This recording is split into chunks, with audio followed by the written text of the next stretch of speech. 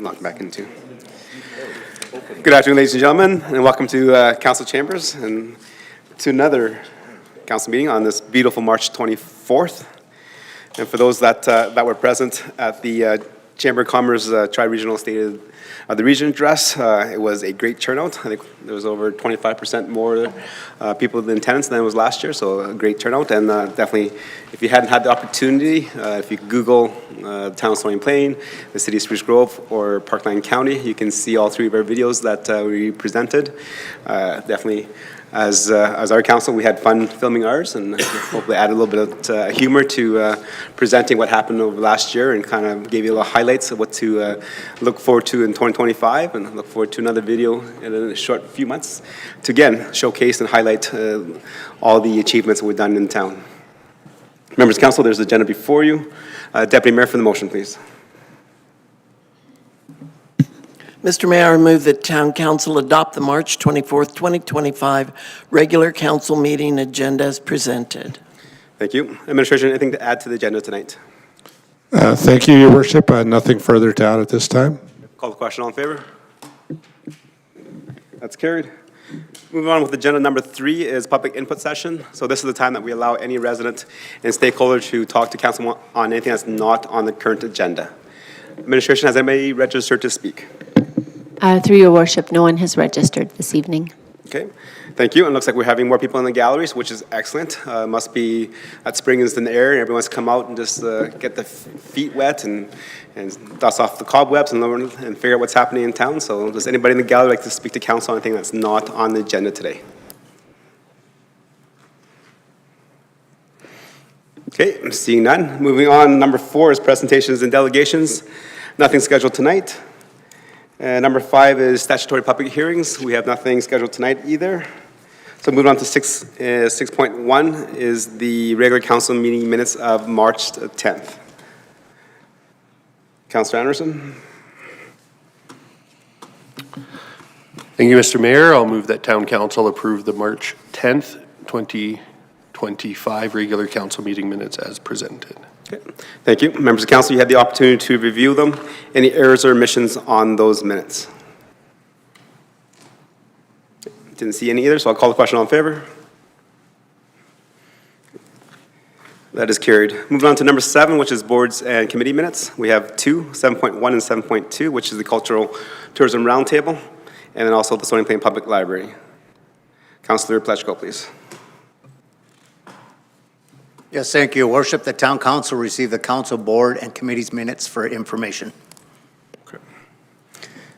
Thank you. Members of council, you had opportunity to review those minutes. Any questions to the council appointees or anything that we saw in there that caught your eye that needed some more clarity?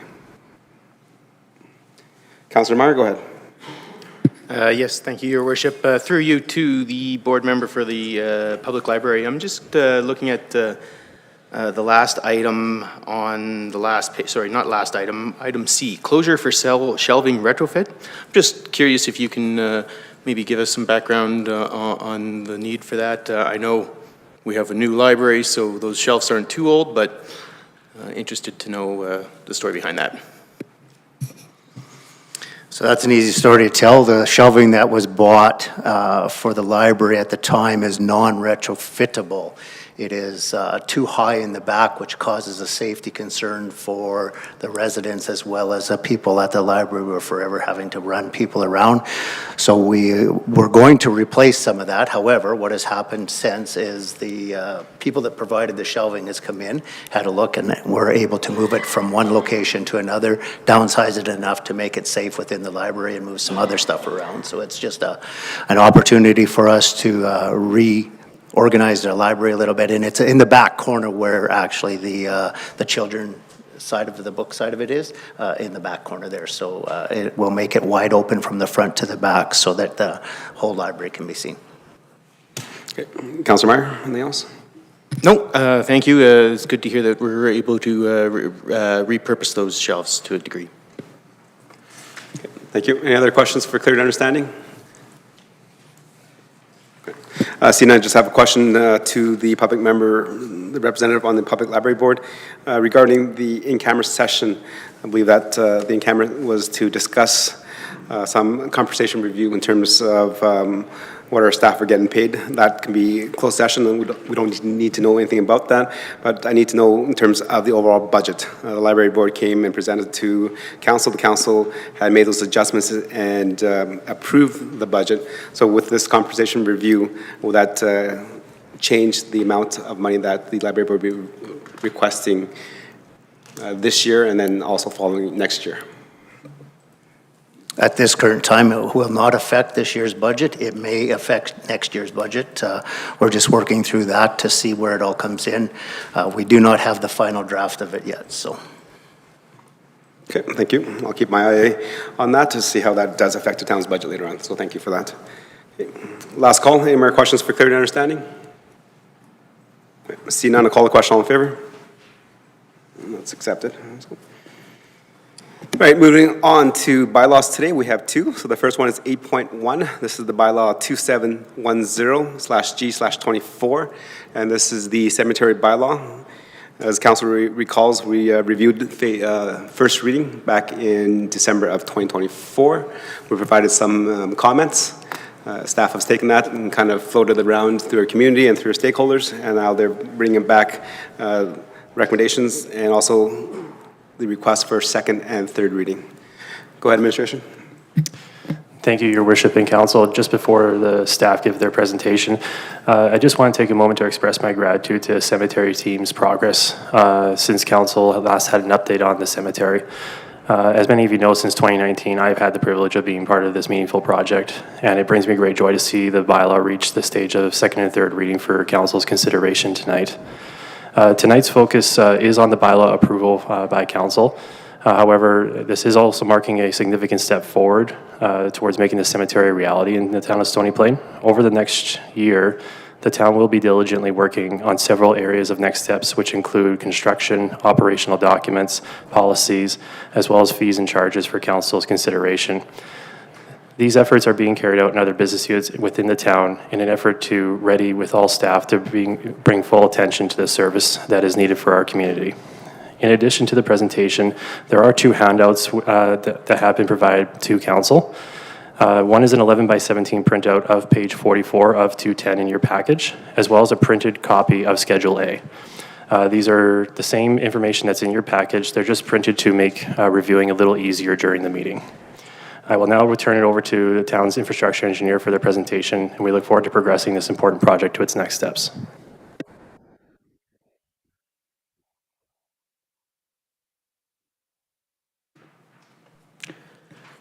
Good evening.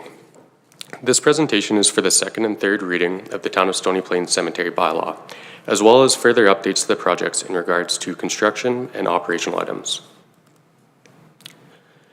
To start the presentation off, we will go through some of the changes that have been made to the bylaw since first reading. Afterwards, we'll go over a project update as well as next steps, and then lastly, we'll open things up for questions and discussion. So this is a reiteration from the first reading, but to emphasize the purpose of why we're here tonight, the town cemetery bylaw is to establish clear regulations to ensure the respectful use, maintenance, and operation of the town cemetery. The bylaw outlines rules for approval, installation, and upkeep of memorials, as well as an emphasis on safety, material standards, and alignment with the cemetery's aesthetic. Ornamentation and landscaping are regulated to maintain a dignified environment, while general conduct is governed to promote tranquility and etiquette. The bylaw also provides at a high level procedures for interment rights, providing clarity for users. Maintenance responsibilities, liability limitations, and enforcement measures are included to safeguard the cemetery's integrity and ensure compliance. It's important to note that the bylaw will ultimately be accompanied by the cemetery procedure, which is a document that will support the bylaw by providing more intricate details. A draft of the cemetery procedure has recently been completed since the bylaw's first reading. Overall, the bylaw serves to preserve the cemetery as a respectful and orderly space for remembrance and mourning. Here are some highlights to the changes of the bylaw that have been made since first reading. So in sections 2.20.0 and 2.22.0, additional wording has been included to clarify that inscriptions shall be on medallions rather than directly on the group monuments or niche covers. Section 6.4.0 includes additional reference to the cemetery procedure for the definition of an infant. 7.2.0 sees removal and replacement of the wording Schedule B with the correct reference to the cemetery procedure, which was a topic of discussion at the first reading. 7.6.0 includes an additional reference to the cemetery procedure on how and when temporary signage installed by the funeral home will be removed. Council will be able to see in the red line copy that there are a few changes not highlighted here that reflect changes to content for clarity. Included in the second and third reading, but not in the first reading, is also Schedule A, which is a location map for the cemetery in which a hard copy has been provided to Council. Additionally, clerical and grammatical changes have been incorporated into the bylaw outside of the red line copy. Moving on from the bylaw highlights over to project updates, here we have a newly created map of the cemetery that's been made for the purposes of sharing with the public through the town's website and other marketing methods. The cemetery will accommodate burial types such as full burial plots, cremation plots, a green burial option, columbariums, and scattering gardens. The cemetery also includes a veterans area, which will include an assortment of the previously listed burial types.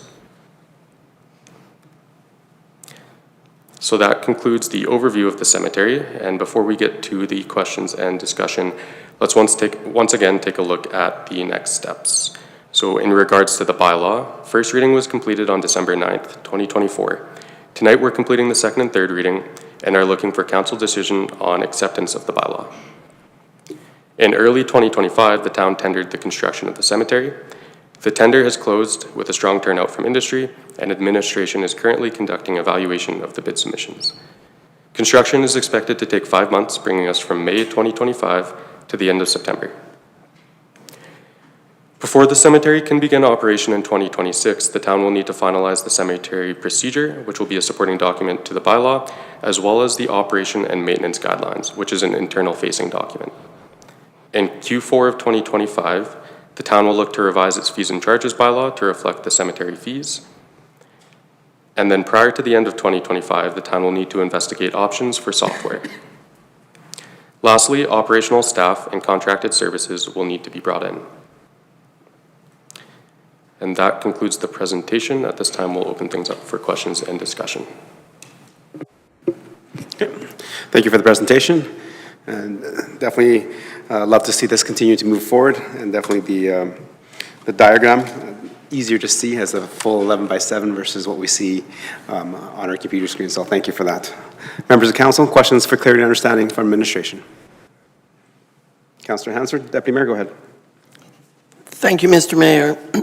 Well, it probably won't be a secret among anybody in this room regularly how excited I am as member of council to see this coming forward.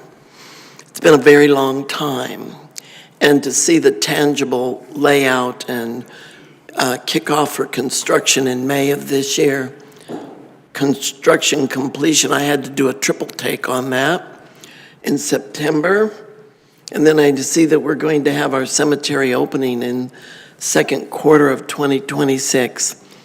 Is that primarily because there's a number of other systems and plans and maybe even sections of a bylaw that have to be put into place? Could you help us, general public, as well as everyone here, understand a little more about the internal workings that cause us to have to wait until the second quarter? And primarily, when will people be able to begin to place their loved ones in the cemetery? Okay. Thank you, Administration. I think that was briefly touched on, but can you provide some clarity, please? Thank you, Your Worship, to Deputy Mayor and all of Council. So, as I mentioned and the staff mentioned as well, there are several steps to opening the cemetery. The bylaw being a very critical and important part of it. There are some key operational items that we have to address, including the operational documents, as the engineer noted. Also, during construction, and I'll let the infrastructure engineer speak to this a little bit, there's the construction period, but there's also going to be some monitoring and establishment of elements of the cemetery, including within the landscaping, and that'll take us into 2026. There's also a number of other council items that we have to do, notwithstanding the fees and charges as well. Staff are currently investigating the different iterations that we can consider to bring forward in the fees and charges bylaw for council's consideration, that will consider how we present that to the public, so that we're aligning with council's intent as we make those sales. So there are a number of different steps ahead of it, but we do have a clear line of sight and do intend to keep on this as we move this along.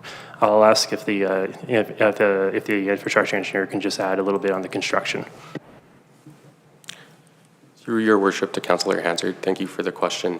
To add to the General Manager of Planning and Infrastructure's comments, with construction, once we evaluate an award to the successful proponent, there is going to be some conversation around the warranty period. Much of the cemetery construction project is landscaping, which involves seating, which needs to be established.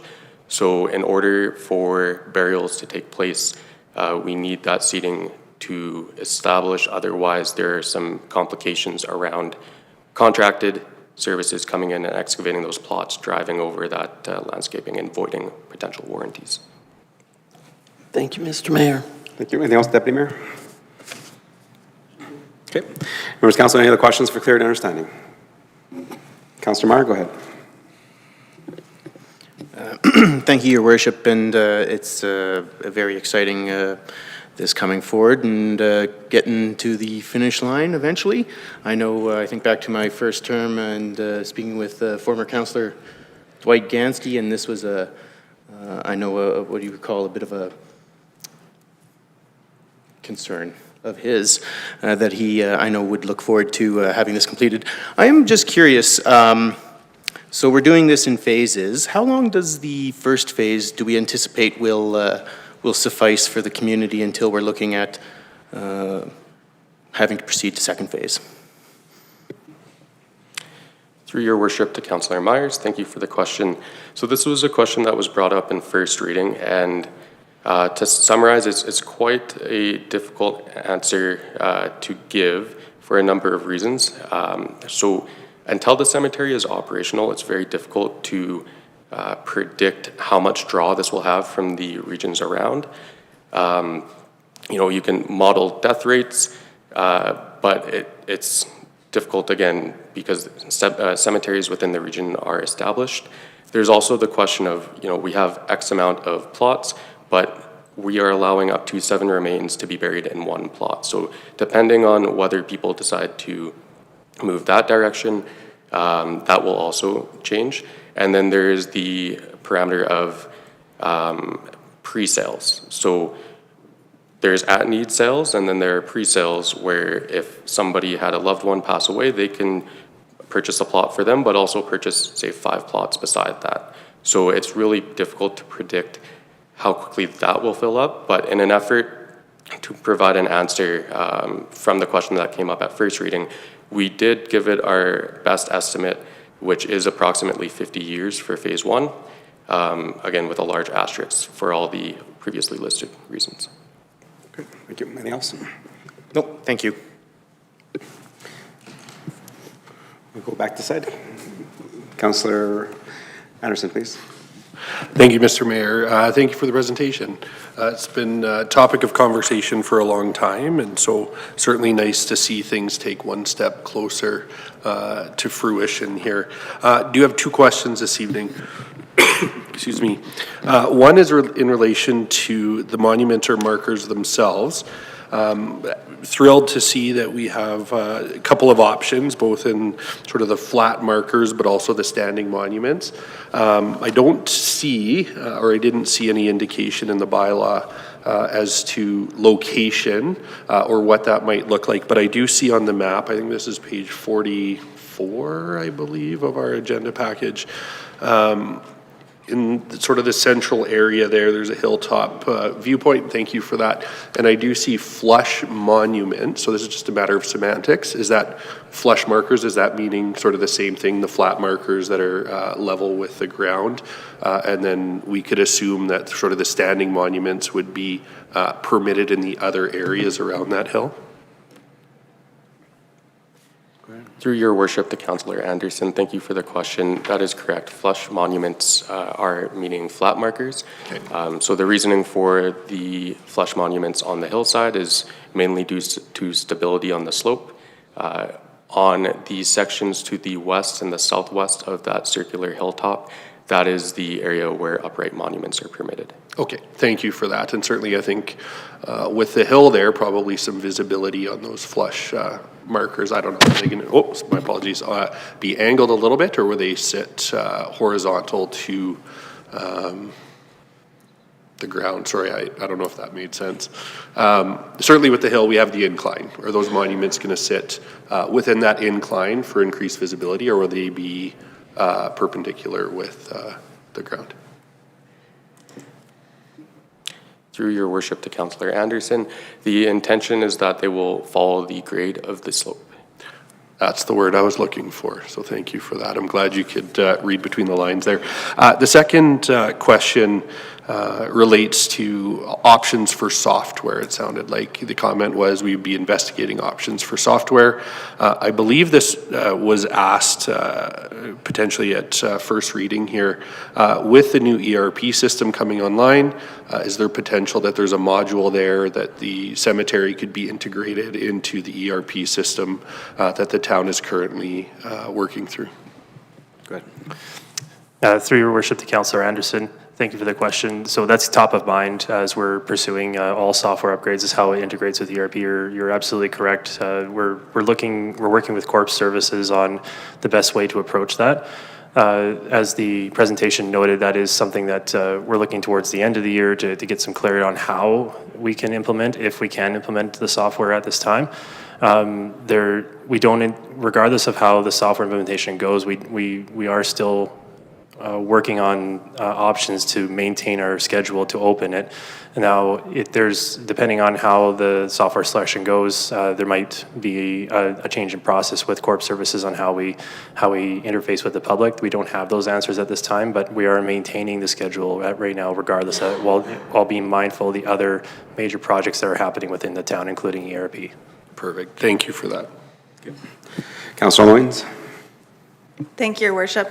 Just to piggyback a little bit off of Councillor Meyer when he was talking about the length of time that Phase 1 should roughly last us, when will the planning start for future phases then, knowing that we try to plan out as far as possible? I think it's 50 years, if I understood. So Phase 1 should last 50 years, but when would the planning start for phases further after that? So is there I would say, the question is is there a certain capacity rate before we start reviewing Phase 2? You know. I'm glad you can read between my lines. Through your worship to Councillor Loynes and all of council, thank you for the question. That's one we don't have a hard answer for. Certainly, as the staff mentioned, it's difficult to project exactly how the cemetery will fill up over time. The 50-year answer is a good starting point for us to gauge just how much time we have to plan for this. Certainly, as the town grows and the cemetery's use and operation will also grow with it. And I would expect as as it gets established and we get quite a bit ways into its operation, we'll be able to get a better prediction on that. I don't want to give a firm answer, but we've taken at least the last 5 to 10 years to plan for this one. So I mean that would be a very fair, in my opinion, a very fair window to say once we get to that 40-year mark, that would probably be a discussion. Now whether it would be a firm at year 50, we're going to have a need for Phase 2. That's uncertain at this time, because it's ultimately dependent on how much the rates of fill happen within the cemetery as well. But that's a ballpark number, I would say. Okay. Thank you. Councillor Plechko? Yes, thank you, Your Worship, through to administration. Very glad to see this coming through. It's getting one step closer to reality for our residents and people in our community, as well as in the region. One of the questions that I have quite frequently asked to me is, when we're able to sell plots, what will the process be?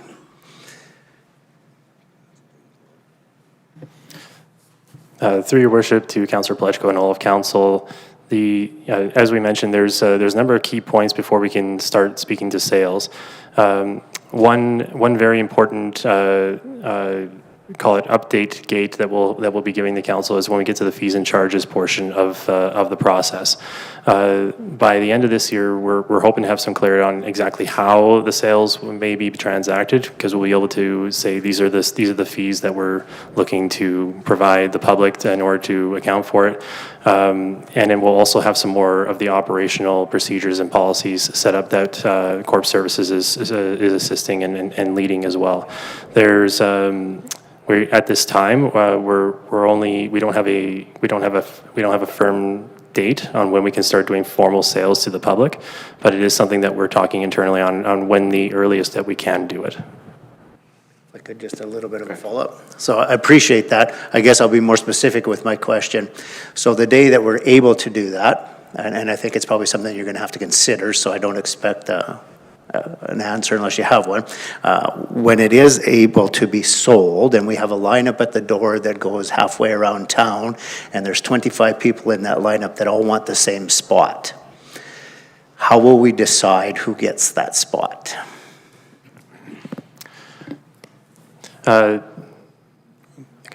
Through your worship to Councillor Paleschko and all of council. Again, that's not an answer that I have readily available. I would certainly look to our manager of legislative services or potentially our CEO to maybe add some additional thoughts. But that is ultimately there's only a finite amount of plots and availability of land, so there will be some level of discussion with the public and any patrons that wish to ask and inquire about it. We do have availability of people to request early information as it comes through a sign-up sheet that they can call town office and be part of, as we have those updates available, so they can be first to know, those that want to know. But at this time we don't have a firm answer on that. I see the CEO may have something to add to that. Yeah, Your Worship, through to Councillor Paleschko and the rest of council. I don't know, as the general manager has indicated, we don't have a specific or answer at this point in time, but the question is noted. Again, a bit of experience that I've had, there are often, people want specific spots or specific areas, or I've been out there, I really appreciate the trees on this side of it, and I would like that one, or, so on and so forth. And certainly, the question and the commentary regarding, there may be a number of people, at the initial stages that would like to have first choice. And I think, although we don't have a specific answer at this point in time, I think that's something that will need to be considered, and in some way, I won't say necessarily how, but in some way, clearly, indicated into the general public to ensure a level of equity or fairness to the process. So again, no hard answer at this point in time, but certainly something that we'll have to be mindful of moving forward and come up with something. Thank you for that. I appreciate the thought process that will go into that so that it makes it fair for everybody. Thank you. Thank you. I think most things, when people are interested and excited, it's usually first come, first serve. If you're first one to the application, you get the first pick. Any other questions for clarity and understanding? Okay, Deputy Mayor, Councilor Hanson. Well, I wasn't going to bring this up, but I guess I will now. Right at the very end of Councillor Paleschko's comment, he said, our community and our region. And I just want to remind everybody, all these years since Stony Plains first settlers arrived, people coming here have buried and interned their loved ones all over the place. A lot of church people settled the area, so it was easy when they had church cemeteries, but not every church has a cemetery. The public generally doesn't get an opportunity to be buried in the church cemeteries. You usually have to be a member of the congregation. So our people who have passed away have gone to many Parkland County cemeteries, Spruce Grove, private and public. They've gone to Edmonton. They've gone many other places. I'm assuming, I think we've had an answer previously that this was indeed true, that other people from other communities will also be able to place their loved ones in the Stony Plains Cemetery. If you look at it realistically, we owe back for that. But I do know that the funeral homes and the pastors often have conversations with their families of those who pass away about where their loved ones will be placed. And it's important that we make it available to other people. So that is taken into consideration, I assume, and that is a question. Yes, Councillor Hansard, Deputy Mayor. As to the conversations, this is a fully public cemetery, so any denomination, anybody from Alberta, Canada, anywhere else can be interned at this cemetery. Okay. Any more questions for clarity and understanding? Okay. See none. Okay. So I'll ask my questions that were not asked by members of council.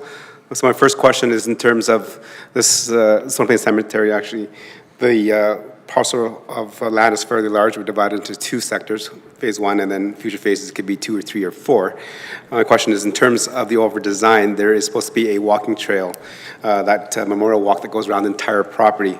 So during phase one, will that entire walking trail, memorial pathway be completed, or will it just be part of phase one and that's it? We stop there. Thank you, Your Worship, for your question. On the map displayed on your 11 by 17s in front of you, the memorial walk will be constructed for the section that is not of the lighter color, so basically up to the edge of the parking lot. The rest of the walking trail around the cemetery phase one does not necessarily need to wait till phase two. It was removed from the scope of phase one just due to budgetary reasons. But at any point, the town can decide to go and construct that trail. Okay, so then in terms of that, thank you for that information. So if council in the future, let's say 5 to 10 years down the road, prior to needing phase two of the cemetery, council can add this as a capital project to complete the memorial walking trail around the cemetery. Pardon me. Through your worship to all of council, yes, if council so desire, we could add that to a future scope ahead of the phase two. Okay. Thank you.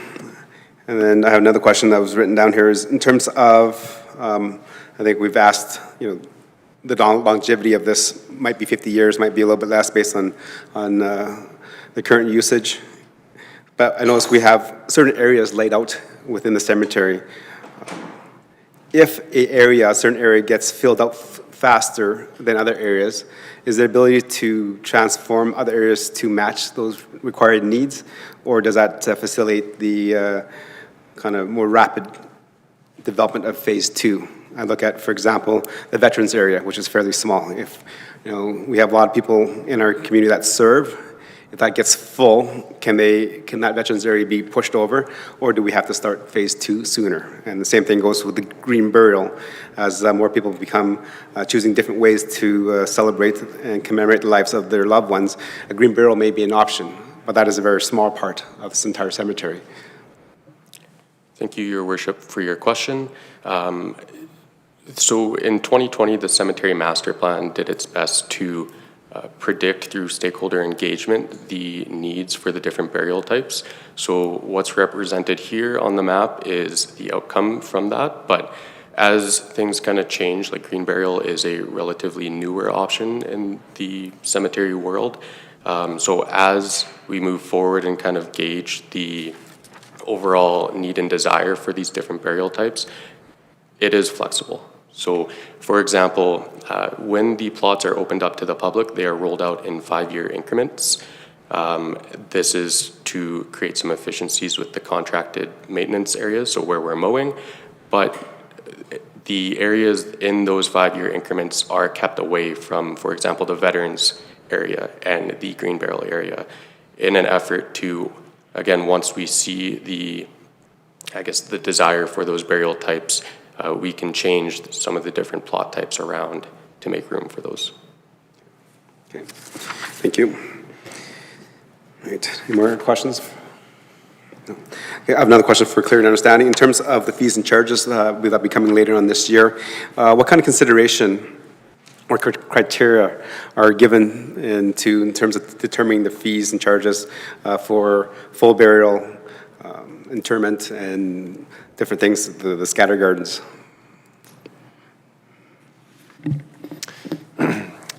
Through your worship to all of council, there's a number of considerations. So we have the town has a unique opportunity in building a new cemetery to look at different operations from different cemeteries, as mentioned in this as mentioned tonight, both in private and public available spaces. So we're in an area that has a lot of comparators that we can investigate, understand, and ensure that that fees that are presented to council align not just with the region but other considerations such as what kind of philosophy we want to have with the flow of fees through the town to the cemetery's operations. So the short answer is we're considering many different we're considering all of it to see what the best path for the town's cemetery to present to council is going to be. We're considering all services that we can and trying to align with the cemetery's master plan so that we're very thoughtful and deliberate about what we present to council at the fees and charges stage. Okay, thank you. And then my last question in terms for clear and understanding is in terms of during the presentation, I think the tenders went out and they're closed and staff are currently reviewing them. Construction is probably take 5 months, 6 months, and it should be completed in September of 2025. So in terms of the completion, when does the construction warranty start? How long does it last for? So if there's any issues in terms of water tables and et cetera, roads and buildings that do not meet the conditions of warranty, and how long is that, and when can we expect them to be completed if there's any work that needs to be done? Thank you, Your Worship, for the question. So the schedule of 5 months, May through September, is our estimate. It ultimately is dictated by which contractor ends up getting awarded the bid, because they all have proposed different schedules, but they're all roughly around that mark.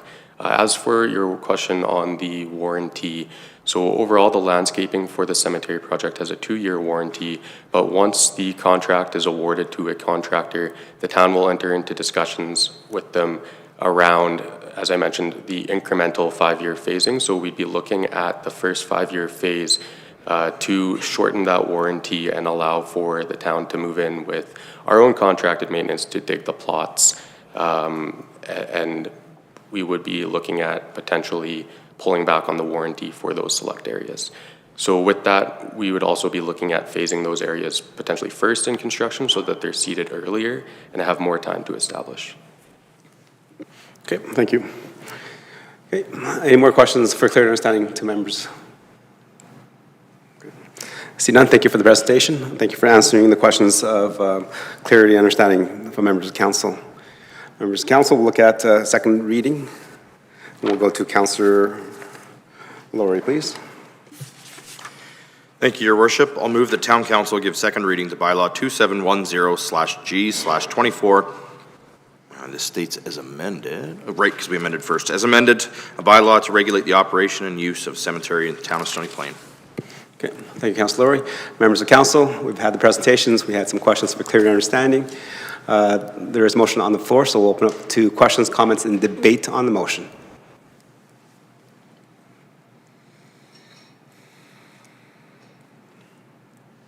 Any changes? Okay. There is something in the bylaw that I do not like, so Councillor Hansard, Deputy Mayor, I'll pass you the chair. Okay, we'll go to Councillor Laurie first. Thank you, Your Worship. 9.6.0, page 28, and probably could have asked a question on it, but I didn't really think there was much of a question to be asked. It states dogs on leash will be allowed in the cemetery and all other domestic animals are prohibited. The town of Stony Plain is obviously built off of an agricultural background. Horses can be very significant to many people in this community. Horses can be included in ceremonies, and they can be using wagons to bring caskets in rather than traditional hearses, and so on and so forth. I'm just wondering if there would need to be an amendment to 9.6.0 to allow something like that to occur, or if there would be provision somewhere else, either in the bylaw or the procedure, that would allow for the use of horses.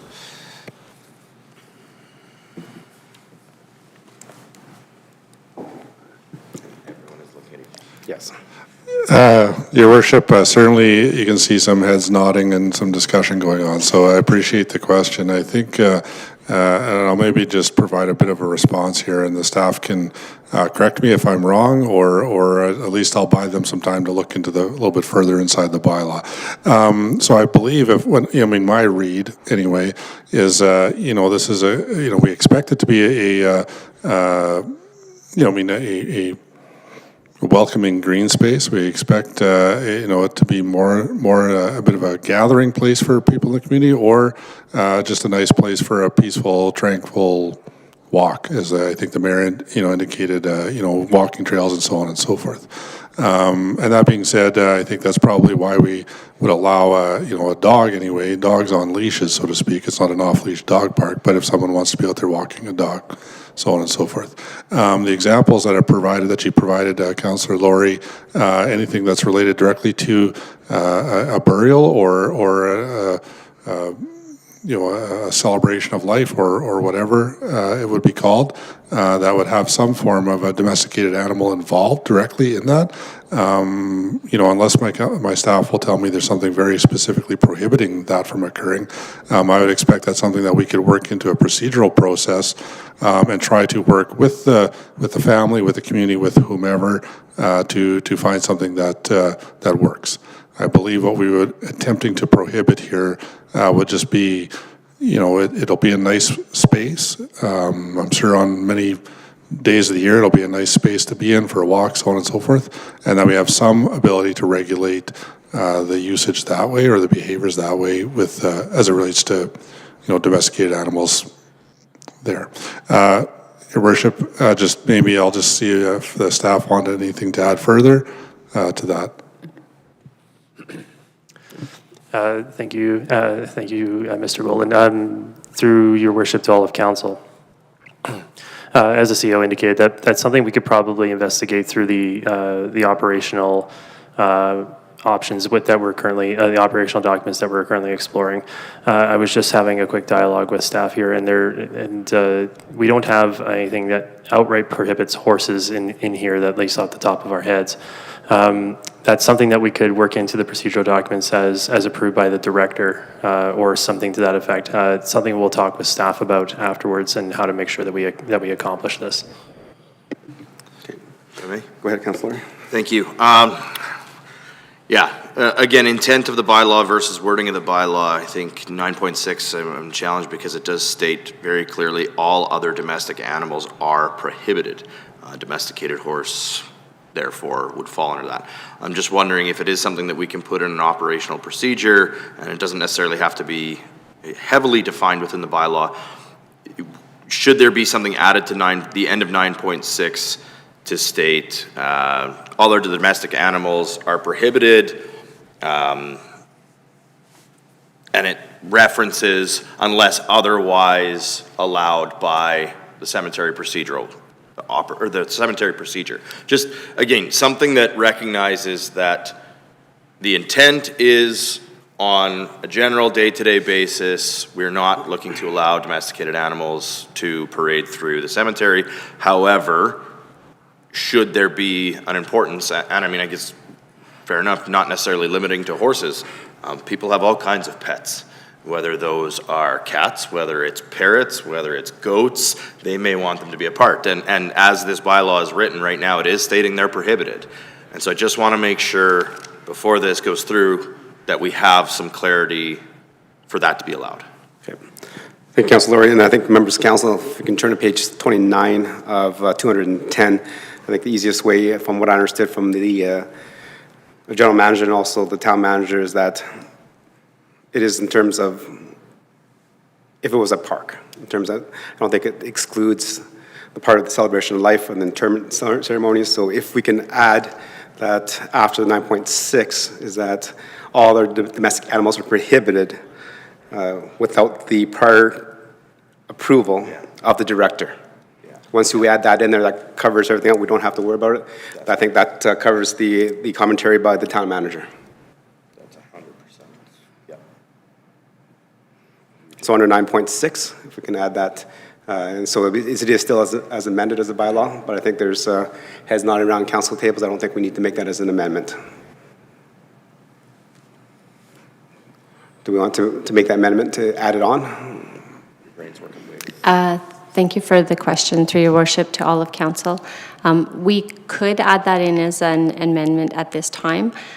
We could also bring forward an amendment to the bylaw at a later date once staff has had time to investigate and ensure how we can best accommodate the needs for that through either the procedural document or through the bylaw. If we add it now, it could prevent them having to do it. Right. I think my thought is that because council is dealing with the cemetery bylaw, so this bylaw would dictate how the procedure is worded and how it unfolds.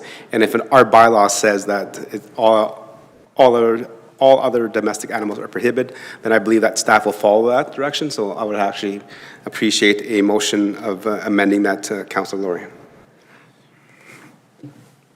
Thank you, Your Worship. I will put a motion then that we add the wording, unless otherwise approved by the director, to the end of 9.6. Okay, I'll let staff the opportunity to put that on the screen. Members of council, you heard the conversation about the question. Any debate or questions for clarity on that addition amendment?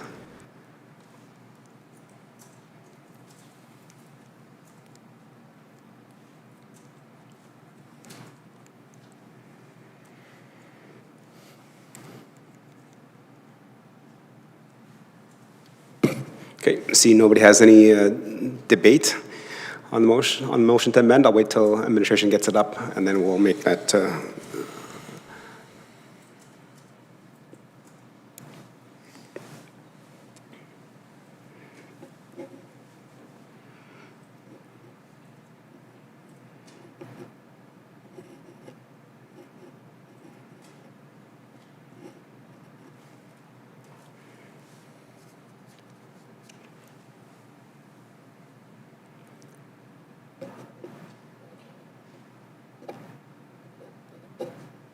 Thank you. So the amendment is on the screen, so that Town Council amends bylaw 2710/G/24 by adding the following wording after clause 9.6, and that says, unless otherwise approved by the director. Okay, thank you, Councilor Laurie. Any other questions, comments, debate? Would you like to close? Okay, call the question. All in favor? Okay, that amendment is passed.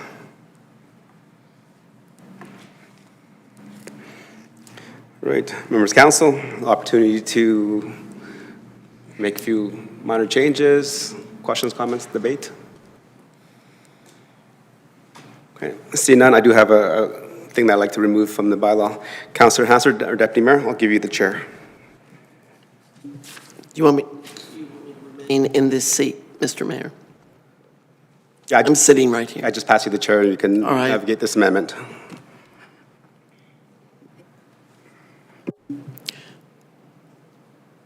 Mayor Choi, you had an item you wanted to bring before council this evening in discussion?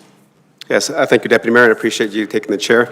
I think we reviewed this bylaw quite a few times, and there's some questions about, in terms of the fees and charges, which will be brought back to council at a later time for approval during our fees and charges bylaw setting. However, there is a clause in the bylaw currently that I do not like. I would like to see it removed from the bylaw, and that is on page 25 of 210. Is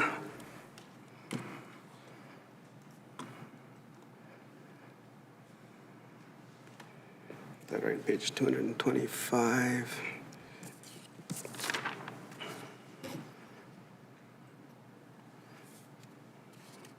Yes, it is. And it is item 6.2.0.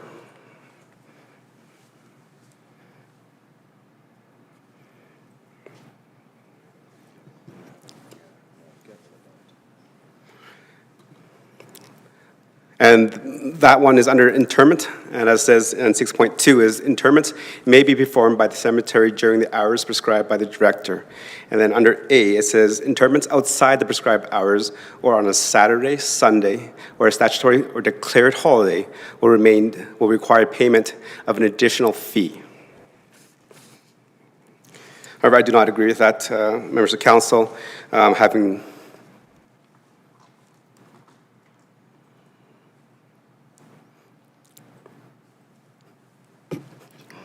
We'll give you a moment, Mr. Mayor.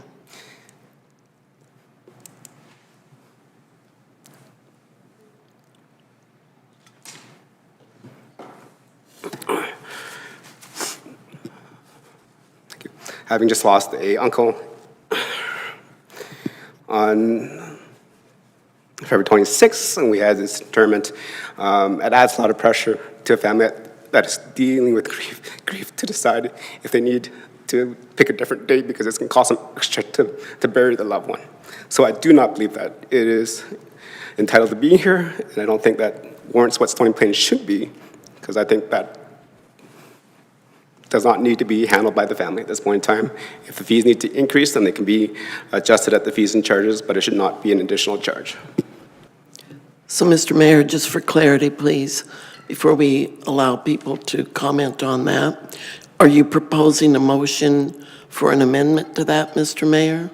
My motion is to remove 6.2.0A from the bylaw. And for clarity, that would remove all additional fees for payment if a person is buried outside the regular business hours of the town of Stony Plain. Is that correct? That is correct. I think our fees and charges can be full encompassing regardless of when a family chooses to honor the loved one, and they should not be hampered by an additional fee because it's on a Saturday, Sunday, or predetermined statutory holiday. Thank you, Mr. Mayor. All right, does anyone else have, that we have a motion on the floor to amend the bylaw by removing 6.20A from the bylaw, which would require additional fees be paid if a interment is held on a Saturday, Sunday, or statutory or declared holiday. Yes, Councillor Anderson. Thank you, Deputy Mayor. And before I begin, I just want to express my condolences to Mayor Choi. Certainly the loss of a family member is certainly a difficult situation, and we know that Mayor Choi and his family are grieving and want to pay our respects and let them know that our thoughts and prayers are with them. I will turn to administration just for some clarity, please, through you, Deputy Mayor. If 6.2.0A is removed, does that limit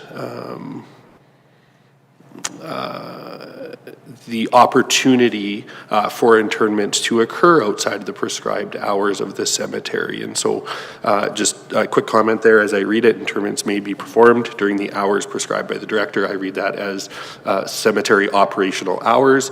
A allows that to extend into a Saturday, Sunday, or statutory or declared holiday. If A is removed, is that going to limit this to internments only occurring during scheduled operational hours?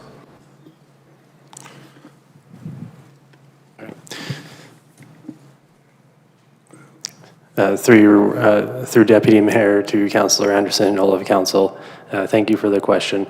I was just confirming with staff here. So if we were to remove 6.2.0A as outlined in the motion, pardon me, this wouldn't necessarily affect the ability to offer the service through the weekends because as the 6.2.0 does highlight, the interments are performed in the cemetery during the hours prescribed by a director. So what I'd have to go back and talk to staff a little bit as we go through the fees and charges discussions. That may just be part of how we approach the philosophy of how we present this to council, but wouldn't necessarily limit the days outlined here. It's just the fees would be encompassed elsewhere in the fees and charges. Okay, thank you. And I do have a follow-up, Deputy Mayor, if that's okay. You may. Thank you. Along those same lines in terms of the cost, just looking to administration through you, Deputy Mayor, just some brief comments on potential staffing levels, availability of staff, what that may look like. I'm not familiar with cemetery operations, so when we're speaking to internment on a weekend, how many staff would be required? Certainly, I think one of the things that we may run into is if we have limited staff, then the expectation that they're working every weekend, statutory holiday, and so on. So just some comments there on what staffing might look like in this regard. Through Deputy Mayor to Councillor Henderson and all of Council, I'll maybe just give a brief summary of what's been presented in the corporate plan and maybe just speak to a little bit of how staff are approaching this. So firstly, in 2025, there was an approved .4 clerk position that was added to the town this year. And that is a position intended to help support call it the direct resident discussions for sales and process, and ultimately partly with organizing the internments within the town. Those are, I would say, that's most residents' first interface point will be with this person.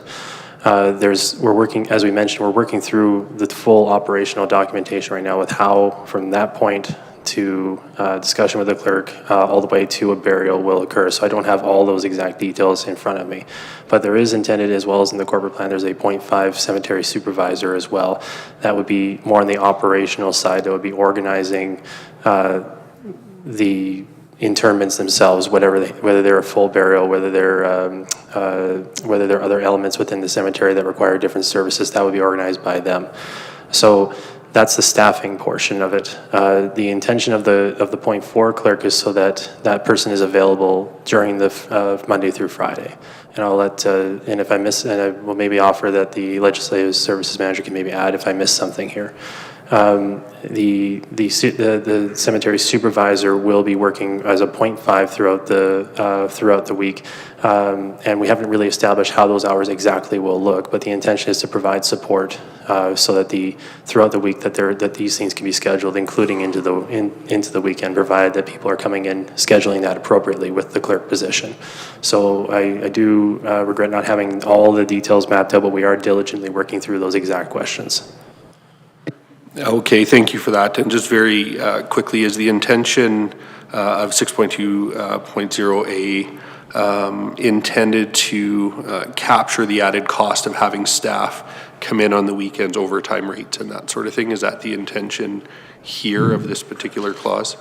Yeah, Madam Deputy Mayor, through to Councillor Anderson. Yeah, the general notion there, the basic notion is that whether it's the town itself as a staffing, if we're conducting the operations, or if we're bringing in contracting efforts to dig burial plots and so on and so forth, is that typically statutory holiday weekend, you're going to be excuse me, you're going to be paying a higher rate for that work, whether it's to own source staff or to contractors.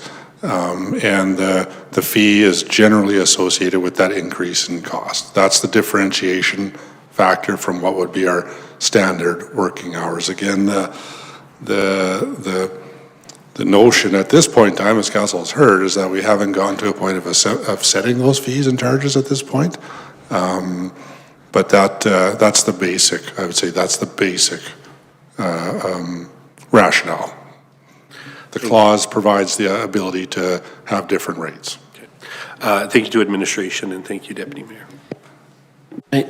Just as clarification, anyone else want to speak to that point for any clarification? Councillor Laurie, does yours speak to this discussion we're having immediately? All right, you have the floor. Thank you, Madam Deputy Mayor. Just curious, so when I'm reading 6.2.0, the way it will remain, the interments may be performed at the cemetery during the hours prescribed by the director. This conversation, the way this conversation is going, likens me to think of, for instance, events at Heritage Park. And Heritage Park, we allow events to occur on any day of the week. We have casual staffing, we have staff with flexible hours, those kind of, and whether it's a statutory holiday and they have to be paid overtime or not, does not change the rental rate from all of the information I have seen online. So I completely agree and thank Mayor Choi for bringing this forward here, because I'd like to set a point of clarity or understand a point of clarity. If we're leaving this at 6.2.0, the cemetery director can then prescribe hours in the sense of saying Monday through Sunday, 7 a.m. to 9 p.m. And that can be a blanket that is then applied. Because I think there does come a point in time where you need to have some reasonability. I think if somebody's requesting a burial at, say, 2 a.m., maybe there's a reason, but there might be some extenuating circumstances to be considered at that point.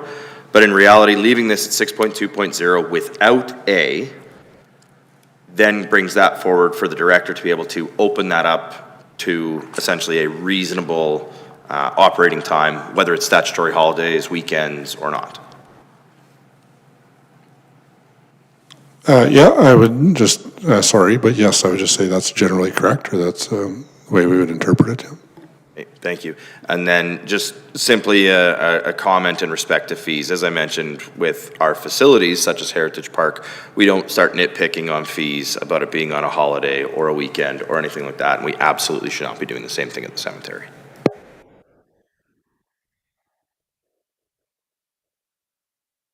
Is that everything that you felt, Mayor Choi, needed to be discussed about this? Have we covered off any of the other concerns that you might have had? Yep. If council is done, I would make my closing remarks. Okay, I have one other question that I need to verify as chair. To town manager, please. Is part of this extra fee idea, was that having to do with, to finish a burial process is not the same as operating a facility and making sure everything is locked up. It's operating heavy equipment, I think, where you bring in the final earth and fill it in around the gravesite. Is that part of the concern? Because I don't know what the difference in those wages are. Or I think the discussion we've had so far takes care of all of that. But I'm just curious if that was part of the discussion.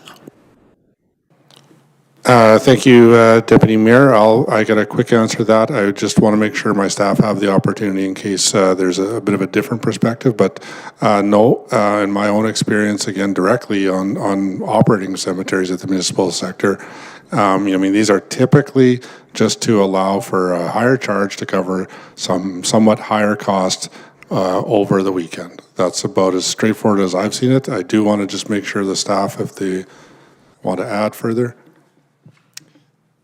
Through Deputy Mayor and all of Council, yes, the town manager is correct. It's as staff mentioned at the beginning, we're we're diligently looking through how the cemetery is going to be, I guess, filled out over time, and we had a bit of a dialogue on the 50 years earlier.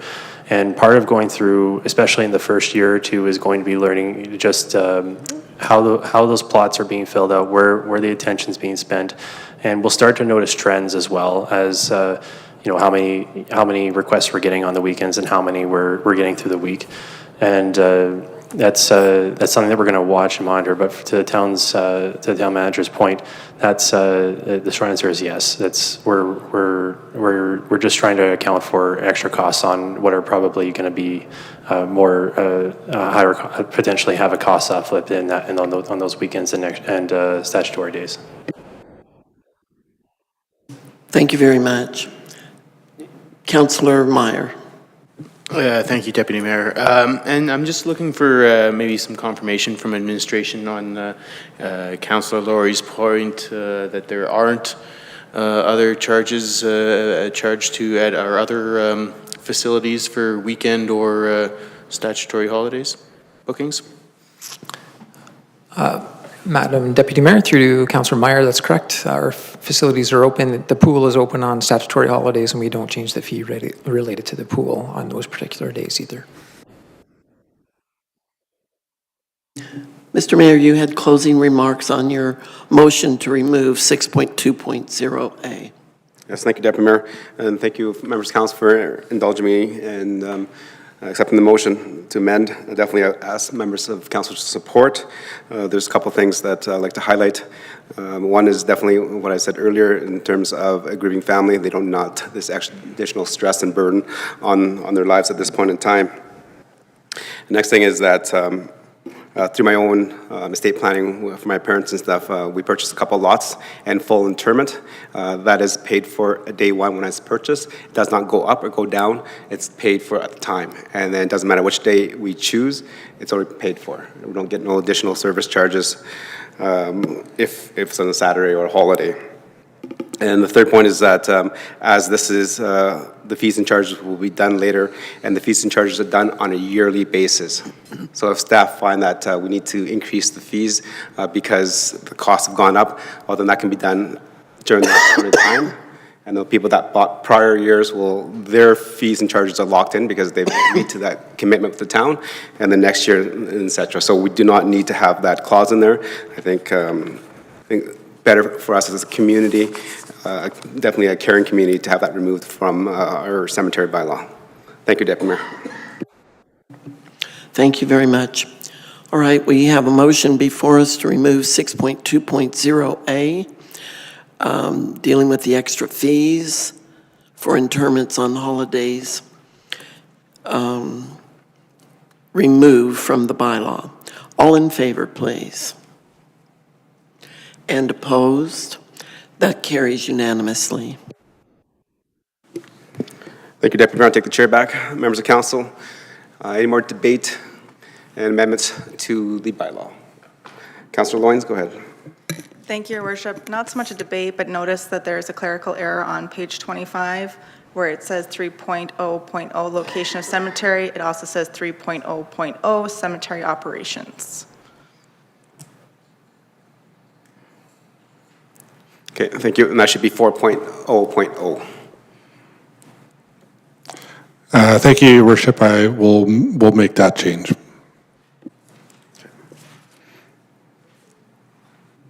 Thank you, Councillor Loynes. I'm not the mayor. Thank you. Thank you, unless you want to be the mayor. October? No, okay. Any other questions, comments, and debate on the motion for second reading? Okay, so members of council, so that is, motion is as amended. We had some amendments from the first reading and also the two amendments that happened tonight during second reading. Okay, I'll call the question. All in favor? 7, that is carried. Okay, moving on to third reading. And Deputy Mayor, I'm going to go back to you on this one, please. Thank you, Mr. Mayor. It's a privilege to move that the town of Stony Plain give third reading to the bylaw 2710G24. Thank you. Members of council, any questions, comments, and debate on the motion for third reading? No. Okay, so on behalf of our community and council, thank you, administration, for doing the work and definitely the study. It's taken us a few years to get to this point. As mentioned by members of council here, it does take a little bit of time to kind of look at some properties, some sites that we have that might be suitable, and also making sure that we kind of make it as encompassing as possible. And I also want to give thanks to Parkland County, as the land that we are on was jointly owned by Parkland County and Stony Plain.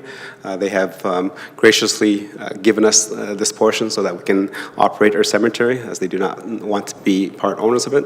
So again, on behalf of town of Stony Plain and our residents, we want to thank our administration and also Parkland County for their endeavors to make sure that this was a successful bylaw coming forward, so we can have a cemetery that is open for all public members and through our community and through the surrounding areas. That I'll call the question. All in favor of third reading? That is carried. Okay, looking at the time, before we go to bylaw 8.2, because I believe that there is going to be a changeover in staff, so let's take a 10-minute recess and we'll come back, and staff should be fully changed, and we'll get back to our meeting. Thank you.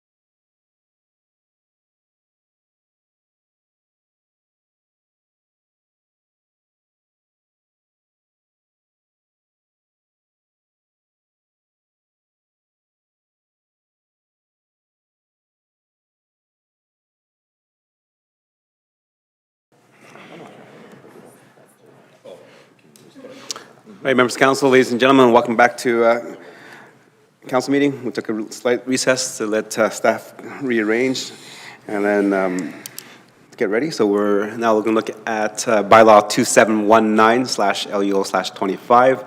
This is the land use bylaw update, and we usually do this yearly. So we'll get the presentation from administration to see what changes are recommended for this year. Go ahead, staff.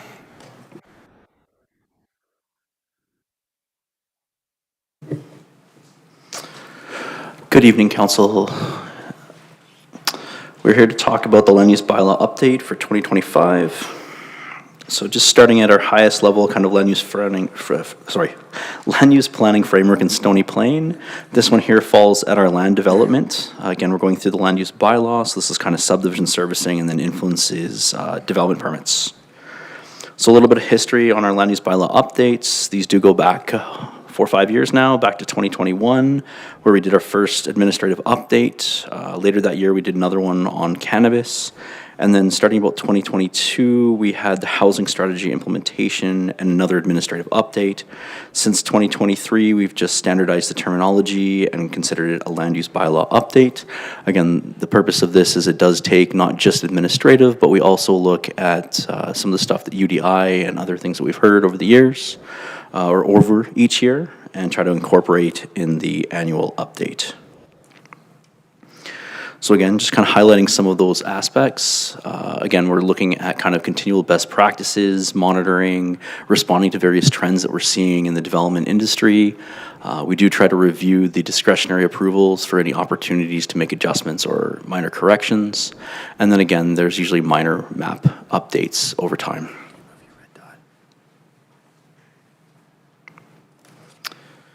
So specifically, we have about a dozen or so different changes that we're proposing.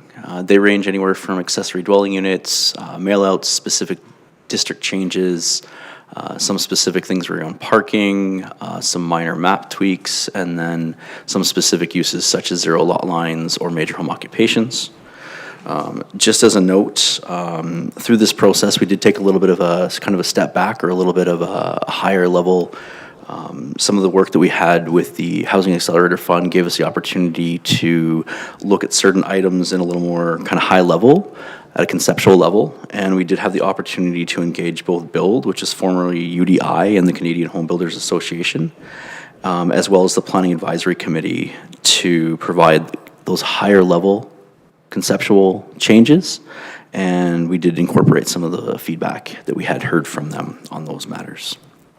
So getting into some of the details here, the accessory dwelling unit is something that we're changing the terminology from secondary suite. In addition to that, we're looking at allowing for an additional secondary suite, or I guess I should say accessory dwelling unit in the area of the Old Town Community Plan. So again, the intent here was we did want to enable some additional kind of gentle densification. This would only be limited to the areas in the area redevelopment plan, which again is the Old Town Community Plan. There's no changes to parking, coverage, landscaping, any of those that affect accessory dwellings. It's just basically making them more permitted in areas generally that have larger lots, often have multiple frontages with a lane or on corner lots. And again, they still have to meet all those requirements that they currently do. If they are doing 2, for example, that does mean an additional 2 parking stalls would have to be provided on site. So again, that's one that we're quite happy with. In terms of the mail delivery, with a recent postal strike that took place last year, we did have some challenges in making sure we met the MGA requirements that are specified in the land use bylaw. So by specifying that during a mail delivery stoppage, we would just be using the website as an alternative means if the postal service is no longer available. Again, this just makes it a little bit easier to meet the expectations of the land use bylaw with the huge costs inhibited or occurred by the municipality. In terms of the standardization, the residential districts, there's various setback regulations in the R4, R5, And we noticed that they were missing in the R6. So again, we've just added them there to make sure there's the same standard setback regulations in all of our medium-density residential districts. In terms of the R1, the site coverage is increasing from 40 to 50% through a variety of inquiries as well as some actual applications. It has been varied. The 50% coverage is standard in our R2 as opposed to the R1, which still has the 40 from previously. So we're just looking to align that with our low-density districts. In terms of the zero lot line development, we've been looking at some opportunities to not have to come back to council for every approval for zero lot lines. As part of that, we've kind of got two different aspects to this that ensures, I think, the overall intent of what we're trying to have in Stony Plain for zero lot lines is allowed.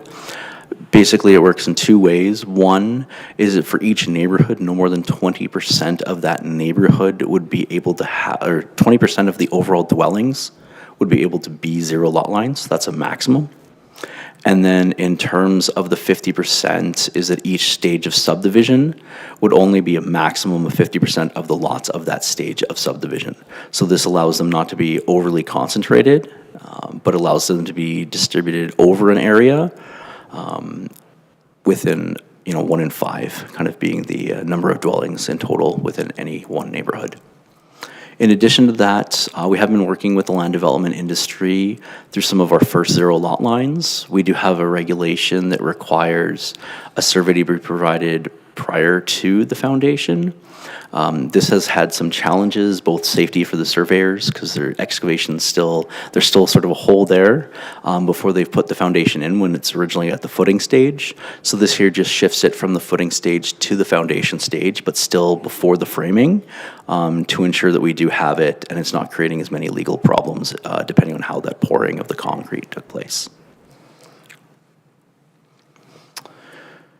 In terms of our definitions, we did a fairly high-level review of most of our land use definitions, trying to ensure that any that could be consolidated into a single definition were. Some examples of this is anything that kind of has I'll say a nominal use that's indoors, personal services, office, retail, those sort of things. Those have been consolidated into a single indoor and outdoor, an indoor sales use. We've got a similar one where some of the outdoor ones have been consolidated, various specific medium industrial ones that when we looked at how we've issued permits and put conditions on those, they're all a form of medium industrial use. So again, most of those have just been a matter of consolidating those where they're similar in terms of how we treat them, just again to remove and kind of simplify some things within the bylaw. In terms of the major home occupation, just a clarification, it wasn't specific that there was only one major home occupation per lot. We're trying to spell that out explicitly with the change, just to make sure that it is clear that there is only one. In terms of the general regulations, over the years since we have first adopted this version of the land use bylaw in about 2015, we have added additional general regulation sections, and they just keep tacking on to the end. So to kind of ensure that the flow of the general, part 3, the general regulation section, we have put some subheadings in there and reorganized those so that they follow more of a logical order. In terms of parking, there's been some targeted reductions to the minimum parking.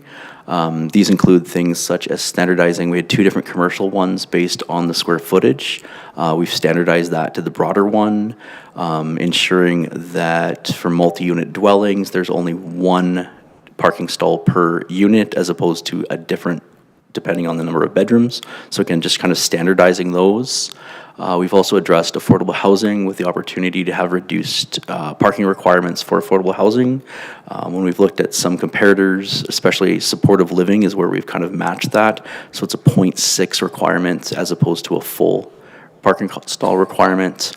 One of the things that we did look at specifically for that was guest parking. I know it was something that came up. Often you might think there might be less guest parking if there needs to be less parking, but in this case, the amount of guest parking is still at the 20% as opposed to the 10%. So again, we're just trying to make that consistent between affordable housing and supportive living projects. And then finally, the driveway access talks to the fact that right now, if you want two accesses onto the same road from the same property, it does require a variance. When looking at some of the properties or some of the proposals we've had in the last year or so, it doesn't necessarily make sense that we need to vary that each time. So we've put a setback between two accesses on the same road. So as long as they can meet that, then there's no variance or ability to appeal and sort of notice additional requirements, basically. So overall, I think the general theme is we're just trying to make it a little more flexible, a little bit easier, and ensure that we still meet the regulations for where we need them. And from there, I'll just move on to the next steps. So today, we're here for the first reading, and we're looking to ask for the advertisement for the public hearing, specifically for April 28th. If council does grant the advertisement for the public hearing to be held on April 28th, we would move into second and third reading if council gives their blessing with first reading tonight, and that would ultimately lead to a decision on the 28th. Thank you so much, and I'm available for any questions or concerns. Thank you. Thank you, Administration, for the presentation and providing those updates, highlights. Definitely, as mentioned, this is for first reading, so members of council, ask your questions for clear understanding, and then let's have a public hearing to see what the public has to say. Questions for clear understanding? Councillor Plechko. Yes, thank you, Worship. I'm going to refer to page 191 of 210, zero lot lines. I'm quite excited to see that we've come forward with a percentage so that it doesn't have to be in council chambers all the time. I'm just wondering how you arrived at both the 20% neighborhood and the 50% per subdivision range for a starter in a Through your worship to Councillor Plechko. To be completely honest, this was a little bit of a looking at other jurisdictions, seeing what they've allowed, seeing what has taken place in other municipalities, I'll say of a similar size, maybe slightly larger, Spruce Grove, Leduc, I think Beaumont, Fort Saskatchewan, those sort of areas, just to see what they've enabled.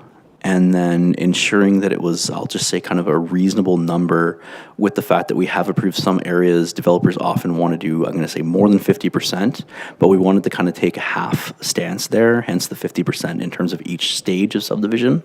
In terms of the overall amount in a neighborhood, again, it was a little bit of a challenge, I'll say, to make sure that we were kind of in a reasonable area there.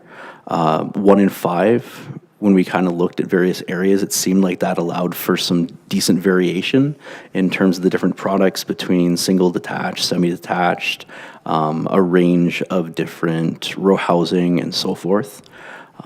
So I don't know if that specifically answers, but again, it was a range of looking at different municipalities and seeing kind of what had made sense with recent applications. Okay. Councilor Plechko, go ahead.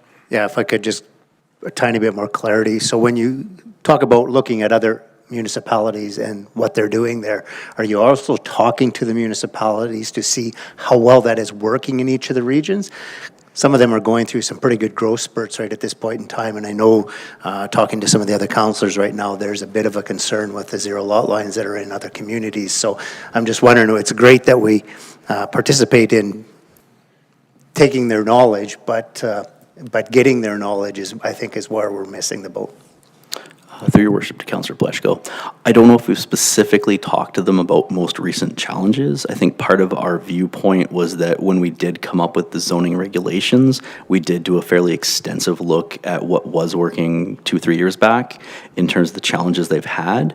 And again, this isn't to say that new areas that they have where they've had zoning in place in other municipalities don't have additional challenges, but a lot of our regulations are a little more stringent or a little less flexible in terms of allowing them to say 100% zero lot lines in new neighborhoods, and that we feel that between the 50% for each subdivision stage, that it does allow a developer to,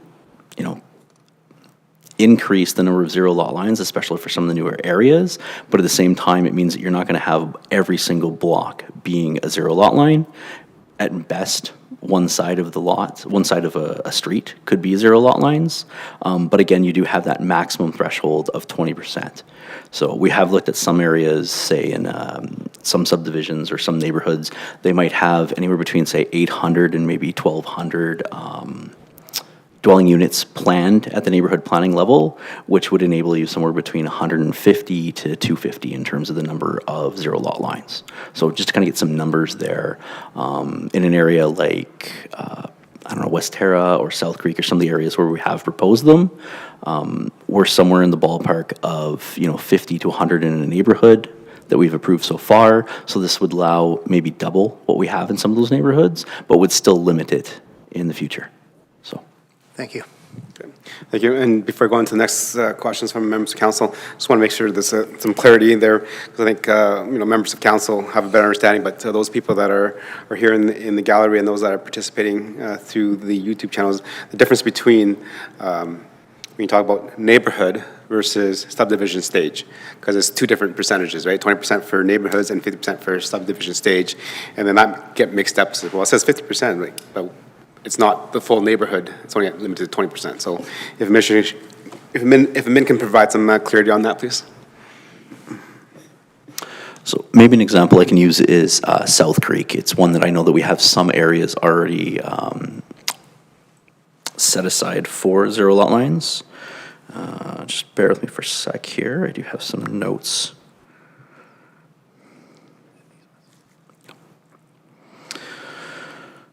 So in terms of South Creek right now, for example, there's 29 0 lot lines that have been approved, again, pending an additional access to the area. In South Creek right now, there's approximately 37 hectares of land available to be developed in there.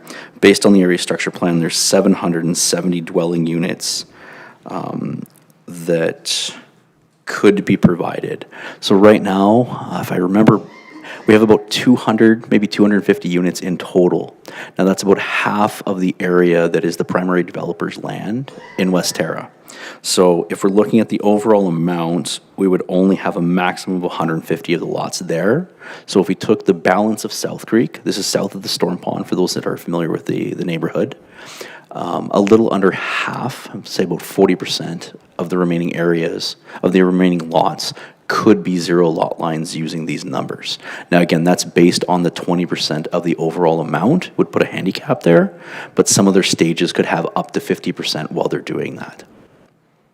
Does that provide a sufficient example, or would you like more? It does for me. I'm not too sure members of council, but they can ask questions for a little later for clarity on that.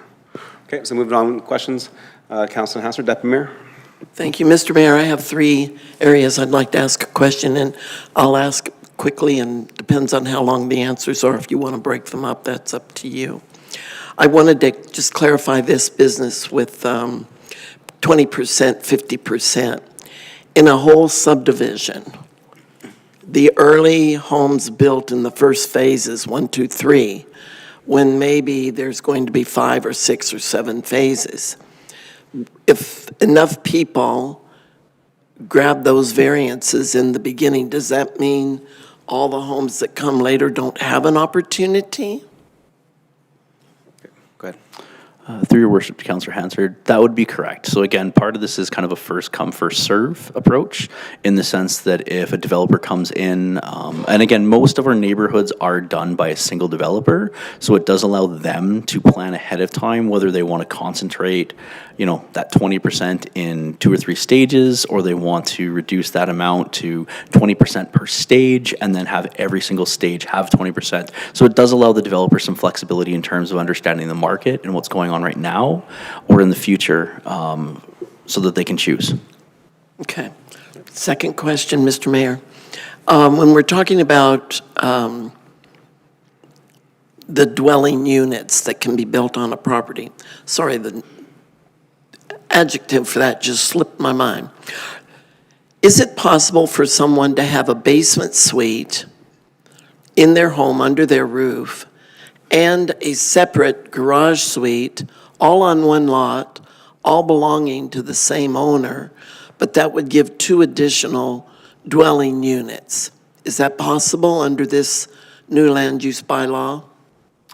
Through your worship to Councillor Hansard, it would be possible in certain areas if the criteria of that site had sufficient area to meet parking regulations, setback requirements, landscaping, to enable that. So for example, in an area such as Old Town or some of the surrounding areas that do have sort of the old grid system where there's an alleyway, there would likely be sufficient site coverage, parking, access, those sort of things that may enable an additional 2 suites in addition to a primary dwelling unit.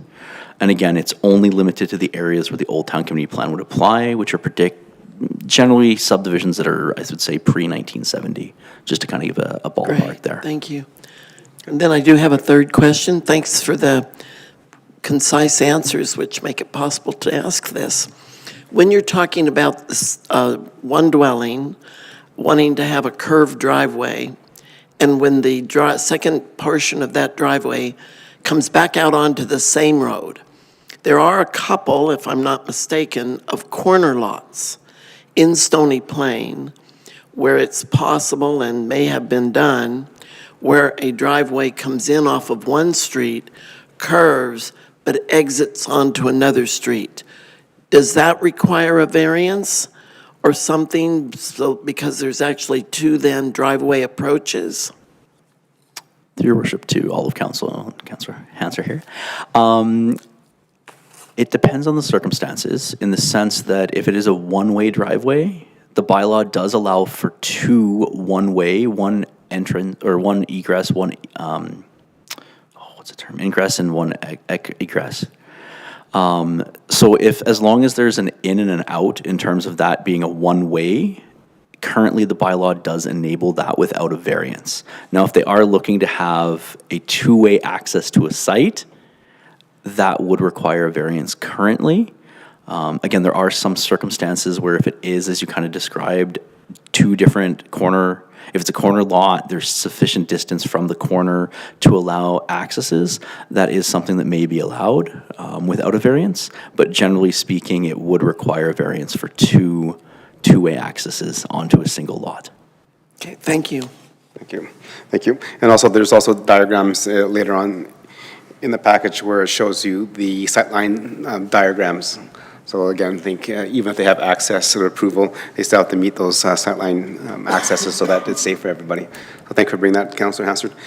Councillor Laurie? Thank you, Your Worship. Sticking with the theme here on 0 lot lines, I'm first going to continue on the questioning in regards to the percentages. So I do love seeing this come forward where we are starting to move away from needing an individual approval, yet we're still keeping some type of level of regulation and control on it so that there's an understanding in the community what that's going to look like.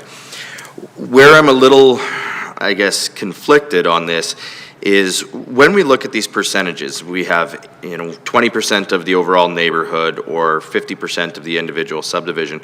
I start thinking about what is the other 50% or the other 80% comprised of?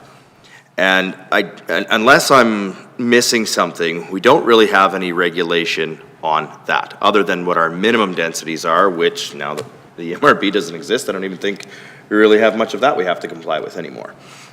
So when I'm thinking about this, and I'm thinking about the R5 zoning in particular, what I'm reading here is we could have 20% of the neighborhood or 50% of the subdivision be 0 lot line, and then the remaining 50% of the subdivision or 80% of the neighborhood could be zoned R5 with 6-unit row homes, or could even be zoned R8 and be entirely high density, with the exception of the 0 lot lines. Am I understanding that correctly? Through your worship to Councillor Laurie, yes. In a single word, yes. Again, there is no restrictions. So I guess what I'd say is the current bylaw in effect right now, as well as the one proposed, both don't put any restrictions, with the exception of the R6 option B, which does have some block plan that specifies percentages for singles, semis, and row. Other than that one optional development standard, I guess, there is no, other than, specifically the zoning and the zoning that's applied by council to an area, such as if it is R5 or R8. Again, R5 is probably the best example where it does enable singles, semis, and row, and it does not specify, all of that could be row housing, all of that could be semi or singles. The only thing specifically, again, referring back to the zero lot lines, is that with the proposal, it would restrict the percentages that are zero lot line product. Thank you. And so again, because I'm trying to really understand this, we could have two comparable subdivision plans come forward. One of those subdivision plans could be 100% R5, 6-unit row houses for 100% of the plan. We could have another plan come forward that proposed R5 detached zero lot line product, and they would be limited in that subdivision plan to only being able to provide 50% of that subdivision plan at R5 detached zero lot line. That is correct. So I appreciate the clarity because I understand it. I'm really struggling with how it makes sense that we would be limiting detached product because zero lot line cannot be built as an attached product as per our land use bylaw. We're limiting that to 50% of a subdivision or 20% of a neighborhood. Yet 100% of the neighborhood or 100% of a subdivision could be built as 6 units attached townhomes. I'm not sure why that regulation comes in, but I'm glad, I appreciate the clarity. Thank you very much. That'll be more of a point as we get into some debate in future readings. But I do have one additional question referring to either page 141, 3.25.1, number 9, or page 183, which actually speaks to the change. When I'm looking at the requirements in regards to the survey, again, this is a zero lot line development. My understanding is the survey is to make sure that the foundation is on the line of the zero lot line and does not encroach. Would that be correct? Through your worship to Councillor Laurie, that is correct. Excellent, thank you. So anytime a duplex is built in the town of Stony Plain or a row house is built in the town of Stony Plain, do we require a survey to make sure that they also lie directly on that lot line? Through your worship to Councillor Laurie, we do not. And so when a detached home is constructed and it has to have a certain setback from a lot line, do we require a survey at that point in time to make sure that the way the foundation is poured meets the setback from the lot line? We do. We do? We do for the zero lot line when it comes to currently after the footing but before the foundation. So, sorry, I'm speaking non-zero lot line, Oh. so an R1, R2. Sorry, my bad. No, we do not for a standard single detached home. Excellent, thank you very much. Can I get an explanation why we have a multitude of product that shares a lot line? We have setback regulations on products that do not share a lot line, and yet only on this product, we require a survey after the foundation to confirm that it complies with the lot line. Through your worship to Councillor Laurie, the main concern, I guess, is that when you're doing a zero lot line with the foundation right there without an adjacent foundation, it has a better chance to create an error than it would if they're doing a concrete all the way across. And I don't know if I'm able to say this any better than I just did, but in essence, it has to do with the fact that you're digging right next to a property line, you're putting in a footing there, and whereas if they're doing like a semi-detached or a 3 or 4 unit row house, they're doing it along multiple ones and you've got the concrete to concrete on both sides. So it creates a higher level of error and risk there because you're doing it on just one side and you don't have the adjacent basement or foundation right there. And so the difference then between that and the likes of an R1 or an R2 non-zero lot line is that in an R1 onto R2 non-zero lot line, you have an easement on both sides of the lot line? Through your worship to Councillor Laurie, it's the fact that you're not putting the foundation and that concrete that is difficult to remove or to resurvey right adjacent to the lot line, as opposed to having typically a setback of, say, 1.2 to 1.5 meters there, that provides you some buffer or some flexibility in case it's, you know, centimeters this way, centimeters that way. It provides a little bit of a buffer, as opposed to when it's right on the zero lot line and it's not up against another foundation. Through your worship to Councillor Laurie, I'll just add to the manager's comments there. Part of the reason that we're having this dialogue, that staff have put this in is we've maintained a high degree of quality assurance on this product through the town. In no small part because we've heard that from council in the community, that we want to make sure that we're enabling, or that we're encouraging enough of different housing products through our land use bylaw. But this one in particular has raised questions from different parts of the communities across Edmonton.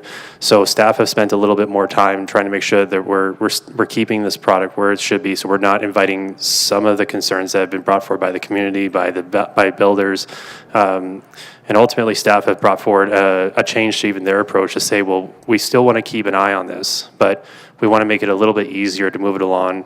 And some of the changes that have been brought forward that the manager has highlighted are attempting to be progressive while also creating a due diligence with the product as well. As we get more comfortable with the product, as we hear more from council and the community about if there is further comfort with it, we would look to amend these over time. And I think this is a good progression in the land use bylaw that we presented tonight that shows that next step if council should see fit to move it along.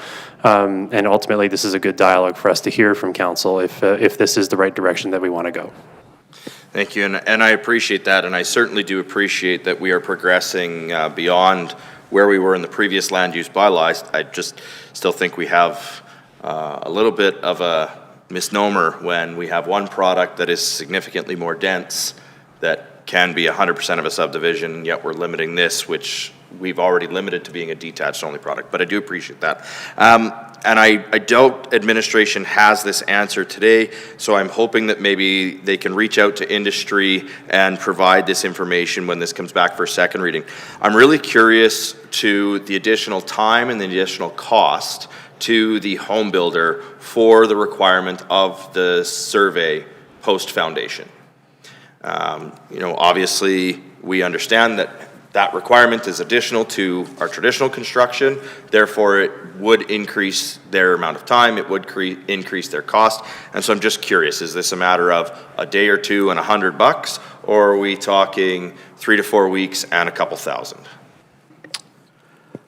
Through your worship to Councillor Laurie, it is something we will confirm the specific numbers for with the land development industry. What I do recall from previous conversations with them is it is something that usually takes a day or two. Again, the surveyor just has to come out and actually replot the subdivision plan to make sure the subdivision lines to make sure that it is accurate or not. Again, one of the move here, I guess the transition, was due to the safety hazard of the fact that the excavation site was still open. And in terms of cost, I believe it's somewhere between $500 and $1,500 roughly, but again, we will confirm that at the public hearing. Excellent, I really appreciate that, thank you. Okay. Thank you. Councillor Anderson, please.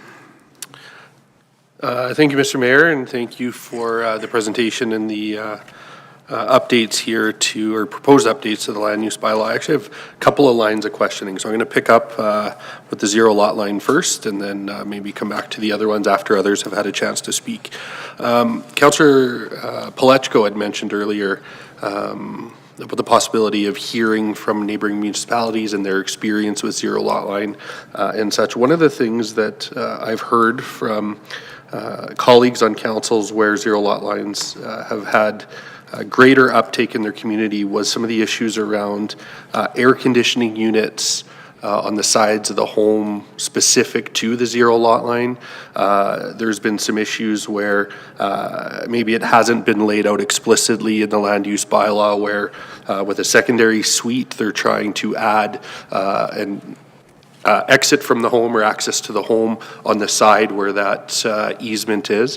When I look page 140 of our package, I'm looking specific to number 8 here, just talking about an unobstructed minimum width of 0.3, but I don't read and maybe I'm just missing it, where it would speak to the possibility of having a secondary or tertiary home access on that side, or air conditioning be installed, and so on. And so just looking to administration for some general comments there. Is it included and I'm just not seeing it? Is it something that, we don't perceive as becoming an issue, or sort of what has the conversation been? Go ahead. Through your worship to Councillor Anderson. There's a few questions in that one. I'll try to hit both of them or several of them. In terms of the distances there, and specifically, I guess, with something like an AC unit, it is something that we are aware of. It's something that we're kind of monitoring to see how it exactly plays out. My understanding is a lot of current home builders will design it so that the AC unit would be on the back of the property in the rear yard, just to make sure that that's not something that inhibits it. Again, these can be quite large and can take up a meter or so, and when you only have a 1.5 meter setback on the side, it can definitely be challenging to enable access to your backyard. So again, depending on the product, if it's a rear property, a rear lane, detached sort of one, that sometimes creates different opportunities. Maybe you don't need to go on the side yard all the way down. You're going to have room for the AC unit because you're only going to access your property from, say, the rear. So again, there are some site constraints that allow or inhibit that sort of thing. In terms of the access for, say, secondary suites, again, I know Brickyard Drive, for example, they have secondary suites on the main floor, and it's just from the front that they have two doors that enable that. So there are some design criteria that can be utilized to get around that. I would say, as a general rule, given the fact that we do need access to those, and on the one side of your property you're not going to have access directly, only through the easement, that we would limit any sort of access on the side of a unit to the one side where you own the side yard, as opposed to where you would have an easement. So again, there are some factors that I'm aware of. Again, we've only had, I think, up to about 9 or 10, 11, somewhere in there, that have been approved so far in Stony Plain. So I'm not specifically aware of if we've had those challenges there, but it is something that we are mindful of. And, as we have more experience, we would reach out to other municipalities as well to kind of find out how they're dealing with them if we do have those specific circumstances. Okay, thank you for that. So, the concern sounds like you're obviously aware of that, but there's nothing currently in our proposed land use bylaw that would prohibit either air conditioning or that side access from, being built out. What we're sort of hoping is that builders would take that in consideration, but we don't have anything here that would necessarily prohibit it. Through your worship to Councillor Anderson, I would have to go through the regulations in more detail, and it was something I will bring up with staff to see if there is anything specific to that effect. Again, I will reiterate, in terms of the side access, they do need access on their own lot for something like a side door for a secondary suite. So that's one that I'm fairly confident that you would not be able to do within the current framework we have right now. Air conditioner, it's like many other things. There is some, liberty that we allow individuals to be able to constrain their own site if they so wish to. But again, it would be limited where the easement area that you have can't be inhibited with certain physical structures or barriers. So again, you could inhibit your own, but not the side that you have someone else's. So it would be one decision for each landowner on one side of their property and not both. All right, I'm going to think on that one between now and the next time this comes to council, and look forward to hearing what the discussion with staff is. I'm going to take it just quickly in a different direction, and that's specific to mail delivery. And I just would like some clarity. As I read it, I think we're speaking only here to discretionary use or variance applications. If one of those comes forward and there's a mail strike or delivery is not possible, we would look at the notice on the website. But we're not talking about rezoning applications and something of a larger extent. That's correct. Go ahead, Administration. Through your worship to Councillor Anderson, you are bang on. You're 100% correct there. It would only apply to variances and notification for those variances or discretionary uses for development permits. Anything that would be a public hearing requirement would follow our public advertisement bylaw, which is not what this change is about or regarding. Perfect. Thank you. And certainly, administration, through you, Mr. Mayor, has alluded to the mail strike from earlier this year and how that sort of led to this being included in the land use bylaw proposal. Just wondering if administration could just briefly speak to the frequency and scope of situations where this would have applied during that mail strike. Are we talking about, one variance, two variances, and how many potential residences would have been impacted? Through your worship to Councillor Anderson, I'd have to check back with staff, so I'll try to have an answer for you more thoroughly when we come back for the public hearing, pending council's approval tonight. With that said, again, variances range anywhere from, I would say, 1 to 10 a month, somewhere in that vicinity. We circulate to within 30 meters of the resident. So again, this is usually somewhere in the ballpark, I would say 5 to 10, maybe 15 houses typically, for a standard detached home. Now, if it is a larger lot, that could be upwards of 100 sometimes. One of the challenges that we did run into, just for some context, is when you have a landowner that's international and you need to courier something to them internationally to make sure that you meet the requirements of the LUB under the MGA requirements provincially. So that's kind of one of the examples that we had where some of them were very difficult to actually get to and were quite costly ultimately to make sure that we met that, whereas with the changes proposed here, it allows us to ensure that what I do believe is a fairly good take up for our website notification, that continues only in the cases where there is an actual mail stoppage. Yeah, and I do appreciate that, and the frequency of that, certainly would impact what this looks like.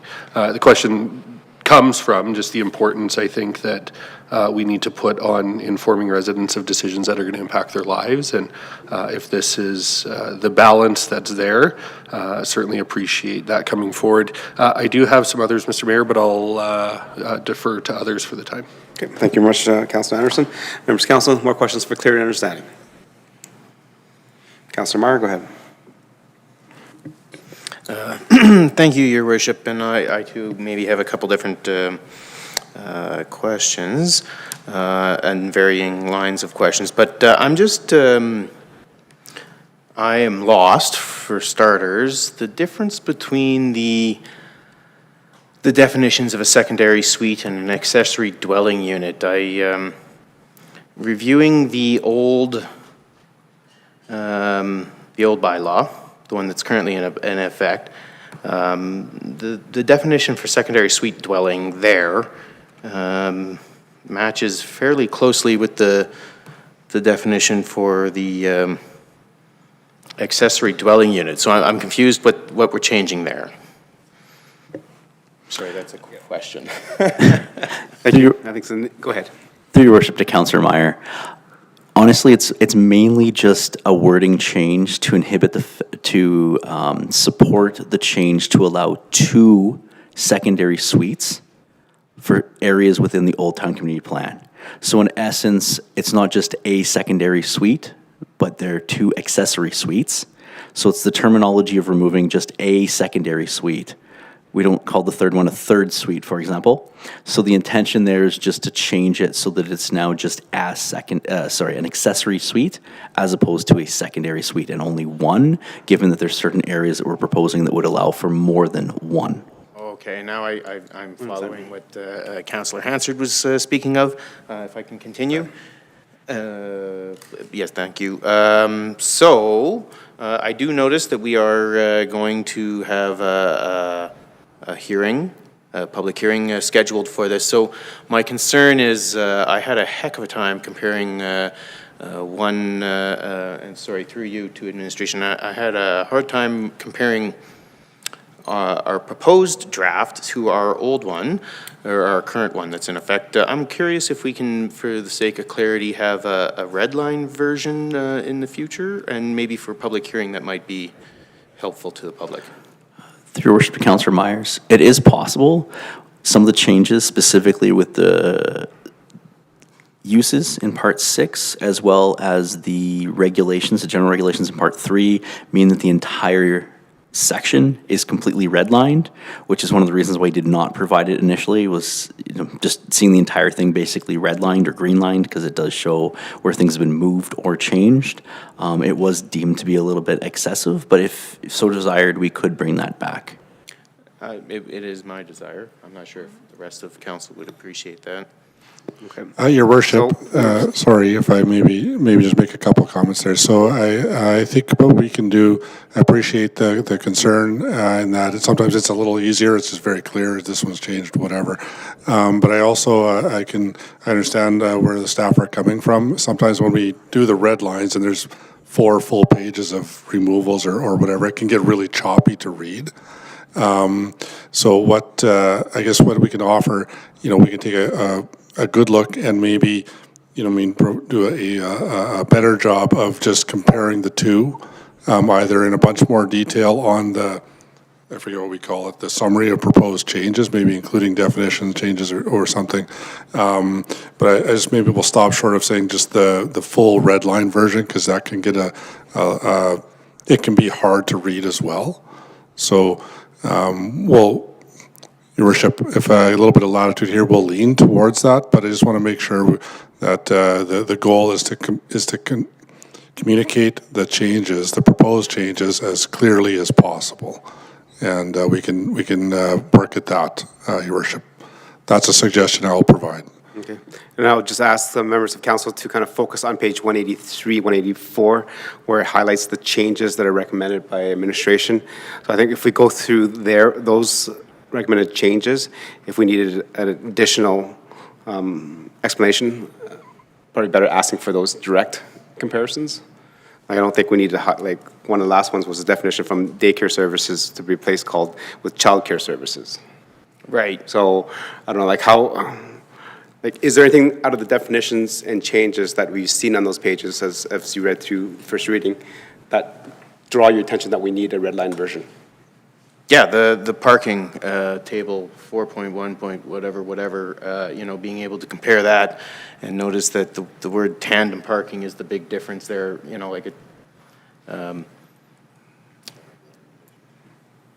Okay, so that would be on page 183 on parking, the changes of well, the we're dwelling just, suites. if we're giving examples of where I would like to have a red line version, certainly a table that it's changed, that's, I can appreciate the consolidated changes here, but certainly, I appreciate a red line. It's straightforward what's being changed, and to the town manager's point, I do get it gets choppy, but it also gets choppy when I got to go back and forth between documents. So, but I do trust that administration here has made a commitment to provide something of ease to make those comparisons. So I'm sure they'll do that. I think that's really good if you want the definitely, clarification on the changes. And administration has provided that information. Just like if there's anything else that you want out, and then if that's the case that there's enough that needs to be pulled out, then I guess the whole red line version can be added. But that's going to also then, in the past, as long as council is aware of which version we're talking about when we're debating this, so make sure you're very clear on the page numbers, and if it's the red line version, the clean version, or the old version. Sometimes we get confused when we're debating, and somebody's arguing one thing and debating, it's like, but that's taken out. It's like, oh, I didn't know that. I was debating to get rid of it. And so, just a word of caution to members' council. So please take those pages, and I printed them off. So they're page 183, 184, so that I can over the next couple of weeks to have a very in-depth look at them. And then I'll have my questions ready for the public hearing and second and third reading as well.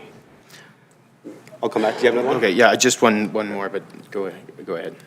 Yeah, thank you, Worship. And this is just more, I guess, actually a point of clarity in supporting Councillor Meyer. When you look at page 183, for example, under regulation updates to the R1, it specifically speaks site coverage increase from 40% to 50%.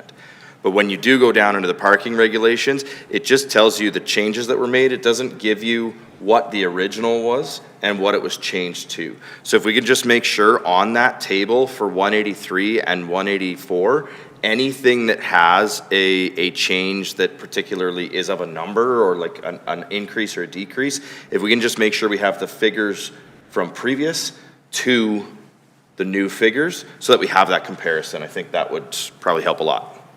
I would agree.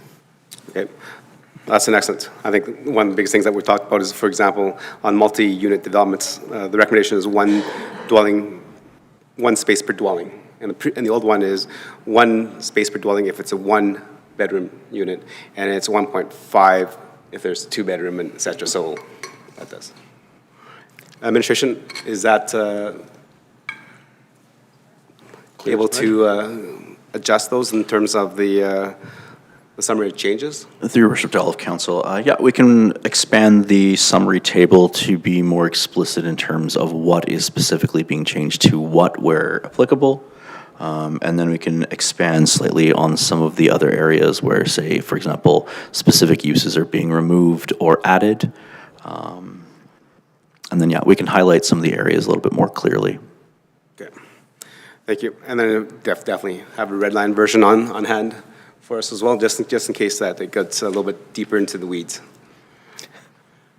Councilor Meyer, go ahead. Your follow-up question. Yes, thank you. Just and maybe now, but I'll ask it anyhow.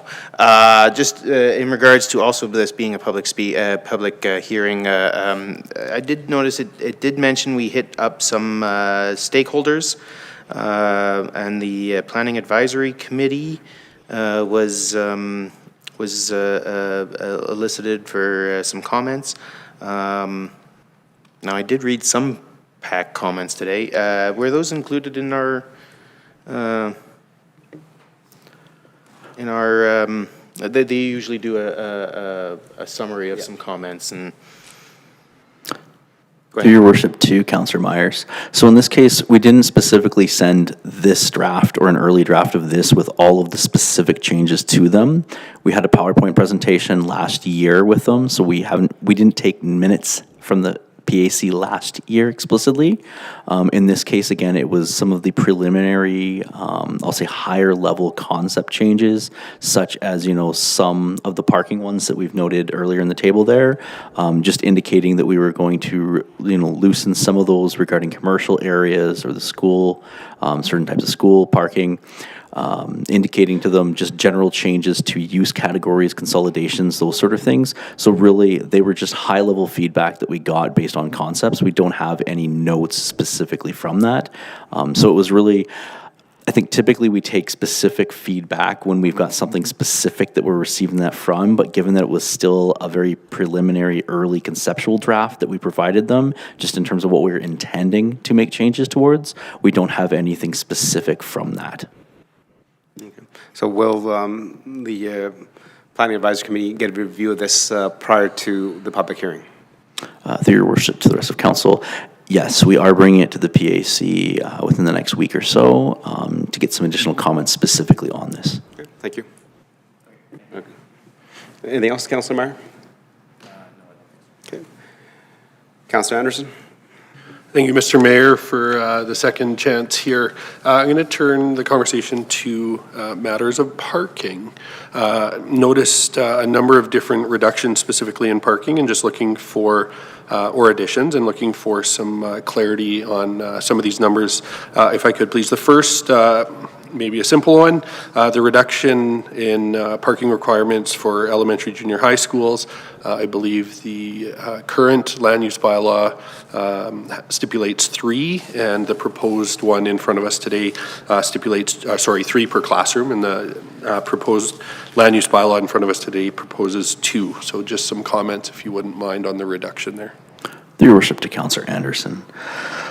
In terms of the changes to from 3 parking spaces per classroom for elementary schools down to 2, we've recently had the Westview School as a recent development permit, and there's also some parking changes taking place at Meridian Heights School. Through both of those, we have found that there is an excessive amount based upon what the school board typically requires for them. So we've matched this, and I do believe this is actually a Spruce Grove requirement as well, that they may have worked more closely with the school board when they originally created this. So again, we're just trying to align it with what we've had as practical experiences in recent development permits. Okay, thank you for that, and no, I'll save it for debate here in a little bit. Second one, just looking at commercial parking. I believe the current land use bylaw had two sections. One that was specific to restaurants, bars, religious and recreation facilities. The second requirement was for community facilities, hospitals, and industrial. The first, restaurant, bars, religious and rec, stipulated one parking spot for 30 meters squared of gross floor area. The community facility, hospital, and industrial stipulated 1 per 50 meters squared. In the proposed bylaw in front of us, that's been all grouped together as one item with the space allocated at 1 per 50 meters of gross floor area. And so just some comments, if you wouldn't mind, why we chose the 50 as opposed to the 30, and potentially why not 40, somewhere in the middle. So just some comments, please. Through your worship to Councillor Anderson. Again, many of these parking requirement changes are kind of direct result of the parking study that was brought to council in late 2024. In this case, some of the findings of that were there were some areas where the commercial areas were looked at where there was vacant extra commercial parking. So when we looked at the land use bylaw in an attempt to kind of also just kind of standardize and simplify it, the two different amounts that you're referring to, so one parking stall per 30 square meters versus 50 per square meters, you would need more parking stalls at the 30 square meter requirement. So we looked at that and said there is some additional parking in excess, and that by just standardizing the terms to the one that allowed less, this was moving it, enabling slightly less parking. Again, we don't have, say, for example, maximums. These are minimums. So again, it's not that we're not allowing a development that believes that that their clients need more parking to allow for that. We're just saying that at a minimum, if you don't believe you needed, say, for example, at the 1 in 30, you're able to do that at the 1 in 50 square meters here. So really just the results of the parking study and the fact that we're trying to standardize and simplify this, and we had two, now we have one. Okay, thank you for that. I do have one more related to parking, Mr. Mayor, if that's okay. And that's specific to affordable housing developments. If I'm not mistaken, this is a new addition specific to this version of the land use bylaw that's proposed in front of us. Currently, I think under our current bylaw, multi-unit dwellings are 1 space per dwelling unit. Specific to the proposed bylaw in front of us, 1 space per dwelling unit. Looking at affordable housing development, I think my mind often thinks multi-unit dwellings as well. And so just looking for some clarity there on why 0.6 is opposed to 1 space per unit. So the change to enable 0.6 spaces per dwelling for affordable housing developments is one that came out of a few different areas. We've had some examples of recent affordable housing developments in Stony Plain where when we've kind of gotten to the details, whether designing, the building and the actual layout, the details of the parking garages in particular, I think it's, if I remember correctly, the number's about $20,000 per stall for like underground parking. So there has definitely been an affordability concern regarding providing that sort of a parking. In addition to that, we did the housing strategy several years ago, which really looked at affordable housing and seeing if there was ways that we could make it more affordable, or certain types of developments that involve affordable housing, reducing those costs to actually construct that. The other component is that we have looked at, the number of cars per household, and we have come across some research that does generally show, again, that there are less cars or less vehicles per an affordable housing household, I guess I would say. So again, to kind of put all those together, we looked at this and looked at, we already had a supportive living regulation that required the 0.6. So really along the same lines, similar to the commercial response I just gave to you for parking there, is we're just trying to align those to kind of hit all of those at once. Again, as mentioned earlier, to one of the answers, it's the guest parking that we didn't want to compromise on, so we've still kept the same amount of guest parking, or roughly about the same amount there. And again, some of the other things we've looked at is compared to when these parking regulations were made back in 2015, we do have transit much more throughout our community. So things like that, the ease and access to Uber or other sort of ride-sharing things, there's a variety of different changes I think that we've had in the last 10 years that would enable this to support affordable housing products without compromising it in the way that it might, one that was not geared towards affordable housing. Okay, thank you. Anything else? Okay, I'm just going to tag on to that in terms of the suggested changes for affordable housing developments. And you also mentioned supportive living has the 0.6 factor. What about seniors dwellings? That's not quite supportive, but it's designated as seniors. Through your worship to all of council, so seniors, we don't try to discriminate regarding age per se, but ultimately facilities that are supportive living or long-term care, where they might be more geared towards seniors, those do already have the reduced parking requirements. So I think that's something that we've already looked at in the past and have adequate parking regulations to accommodate those sort of situations. Okay, so if a developer wants to build a multi-unit seniors development, they will fall under the multi-unit regulations of one parking space per dwelling versus 0.6. Correct. However, if they are doing something like an affordable living or long-term care or having aspects of those, it is something that we have the ability to apply that reduced amount for those products. Thank you. Councilor Pacheco? Yes, thank you, Your Worship. Thank you, Councillor Anderson, for bringing up the talk on cars. You mentioned that you've seen studies recently that show there's a decline in housing like that, but you also mentioned many modes of transportation that's not accommodating in our community.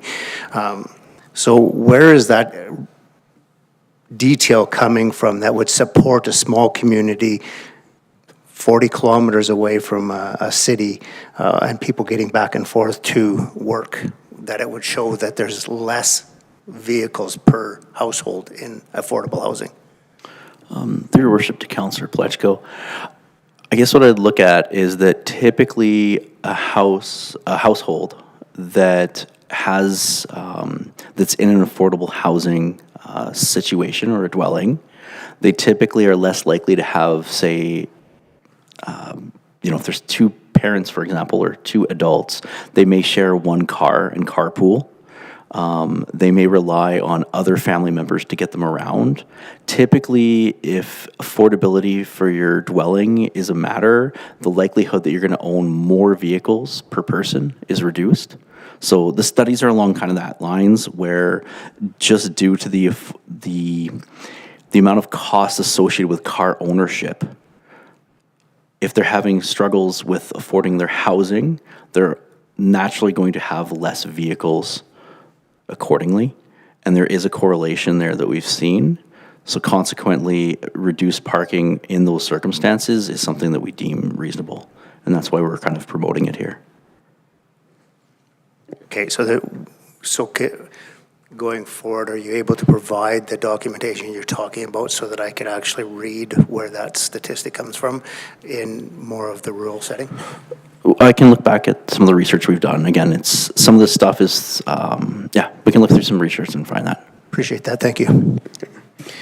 Thank you. Any more questions for clear understanding? Okay, Deputy Mayor, go ahead. Mr. Mayor, I hope it's appropriate if I go back to Mr. Dibble in planning and ask this question. When we're trying to figure out the best thing to do about parking, for instance, and we predetermine that people living in affordable housing won't maybe have two vehicles. I think we also need to take into consideration other factors about those people. They're living in an affordable unit now, but they get used to that. They may even raise their family for most of the years in that, but then they get into perhaps easier financial time in their lives, and they do have a second vehicle. And they often don't find their jobs right on their doorstep. They have to drive further to be able to get those jobs.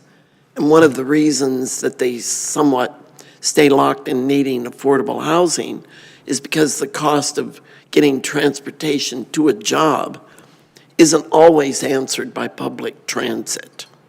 They certainly aren't going to afford taxis. So they buy the least expensive vehicle they can, insure it as simply as they can, and they get on the road and drive further distances to their jobs. So I'm not sure if we're solving a problem or creating a problem by not also providing adequate parking. That's just a thought process I have about some of the things that were said tonight around parking. It's very easy trying to figure out our best strategy by pigeonholing people. And I mean, I do it in my own business to some degree, but I'm often surprised by the reality, which is quite different. And I'm just hoping that we maybe don't trim things so severely that we actually create a problem that may be bigger in the future. Thank you. Okay, was there a question for clarity? No. Not really a question, I guess, unless I'm missing the point. Okay, so again, these were the recommendations that are coming forward. So we're asking questions for clarity and understanding from our administration. And so we need to clarify what they're recommending. So if we can keep those questions that way, like I'm trying to figure this out. It sounded like debate, which was what I heard Councillor answer, Deputy Mayor, which he made a good argument for, but there's nothing to vote on. Right. So any other questions for clarity and understanding that we need to get information about? Deputy Mayor, go ahead. I'll bring up one other issue, which came from Councillor Anderson's discussion about zero lot line housing, and there not being something to prohibit a door or an air conditioning unit on the side of a zero lot line home to allow it or not allow it. I guess he was saying not allow it on the side of the home where it actually would be on the other neighbor's property. Is there any situation that you've ever experienced in planning or neighborhoods that you've looked at in planning where an access from a home is allowed to happen where you step out your door and step on someone else's property? Or where you step out your door and maybe have an air conditioning unit on someone else's property? And if that isn't something that anyone is aware of actually happening, do we have to have it in the bylaw that it is prohibited if it's not possible to do it? Okay, so right now, I'm not gonna ask him to answer that question because it's not in the bylaw. Well, was that not the question that got asked by Councillor Anderson? I'm just trying to understand. Right, so he asked if it was in the bylaw, and the answer is no. So, Okay. So if Councillor Anderson wants to add that, then during second reading, he can make an amendment to add that. I understand. And then we can debate that. So is there any more questions for clarity? Councillor Meyer, please. Thank you, Your Worship, and through you to administration. Now that I got this, 183 here, and in our presentation, we heard this evening that administration had a particular satisfaction when it came to this driveway change. I'm just looking for further clarification. I'll try and tell the story and leave most of the details out, but I'm thinking of a particular challenge that we faced in the community in regards to a secondary driveway. I'm curious if administration is also aware of this and if they've considered how to maybe prevent well, first, if administration is aware of the challenge that I am alluding to, A, and B, if they've made any accommodations to prevent future challenges of the like. Is that a fair question? I know I'm trying to be vague because we don't want to be too specific in regards to. We don't want to make bylaws just for one person, is what I'm trying to say, right? Right, and I think, yes, so allowing to our bylaws where there is provided sufficient boundary length. So what is that significant boundary length? And then also some larger lots, like on the other side, if the rationale was that larger lots may require additional access points. In our community, how many of those applications have we had? Through your worship to all of council, I don't have any specific numbers at this point. Again, our staff that have done the research did look at all the different variances we've had over the last year or so, and is more familiar with sort of our land development inquiries and what the nuances have been within those specific proposals. And my understanding is that through those proposals, it has been brought up at least a couple times, in which case where the recommendation that we provide to the response to a land development inquiry is that a variance will be required if the proposal as proposed moves forward. So part of the intent here is that instead of knowing that we're going to have some variances there, which we've kind of deemed as not necessarily reasonable, given that we do have about a 50-meter gap is what the setback between the accesses that we're putting on. So again, this is a property that's going to have a boundary that's going to be probably in the ballpark of 60 to 70 meters long along the same road for which we're allowing them to have two accesses. We're deeming that to be reasonable. Now, part of this was we had looked at town, we've looked at variety of, in particular, kind of commercial or industrial lots, where you have either a shared access when you've got smaller, skinnier lots, or where you do have wider lots. And if you do, for example, subdivide that lot that has a 70 or maybe even 100-meter boundary into two lots, say each being 50, well, we would allow two accesses for each lot, one for each lot, if it was subdivided in half. So we did, so that's why, basically that's where this is coming from, is that we've looked at certain instances where, you know, each lot might be 50 meters wide, and we allow one access per lot. So if you have a really wide boundary, why not still allow the same spacing for those accesses? Why require a variance for something that could be appealed, going to the SDAB, when if the subdivision of that area was done differently, it would allow for more accesses there? Does that make sense?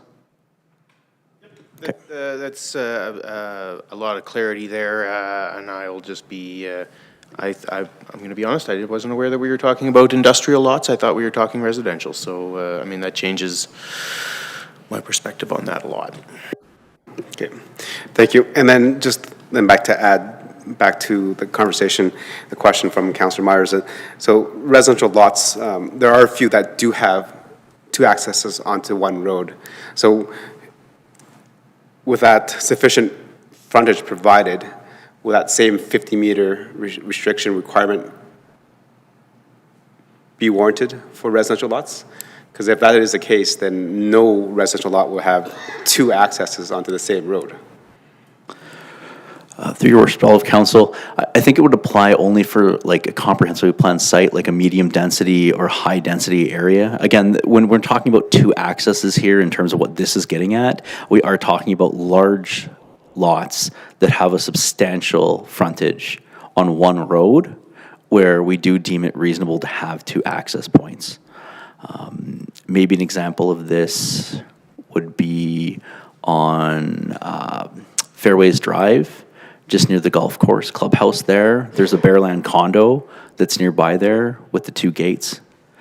That's technically two accesses. So I think under the current land use bylaw, if that is a comprehensively planned site, it wouldn't allow it and it would need a variance to allow those two accesses. Whereas with the change, no variance would be required. For a residential example. Okay. Thank you for that clarity. I'm just going to jump on that too, because that driveway access.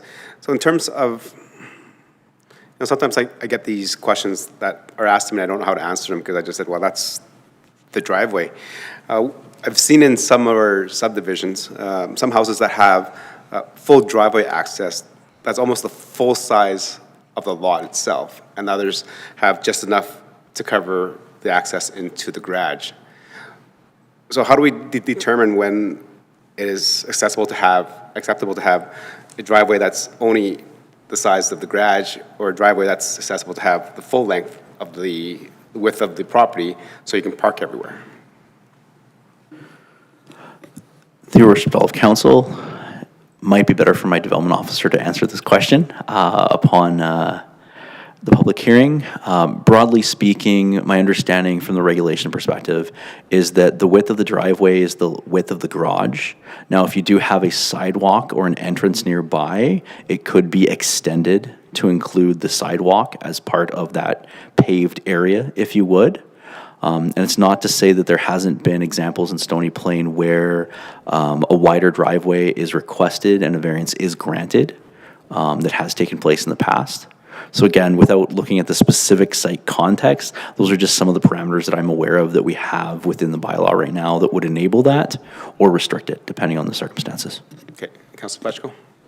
If I can add to that just a tiny bit. So what we're seeing around town in a number of areas is where the side portion from the driveway has now been concreted right in rather than having rocks or something along that.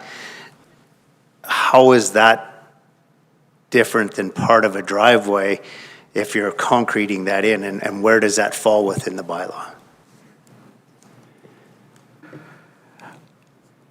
Through your worship to Councillor Pletchko, I'm not a development officer directly, so these are good questions to ask one of our development officers, but again, these are a little bit too detailed for me to be able to answer explicitly. And again, these often depend specifically on the circumstances, the interpretation of what's landscaping versus hard surfaced.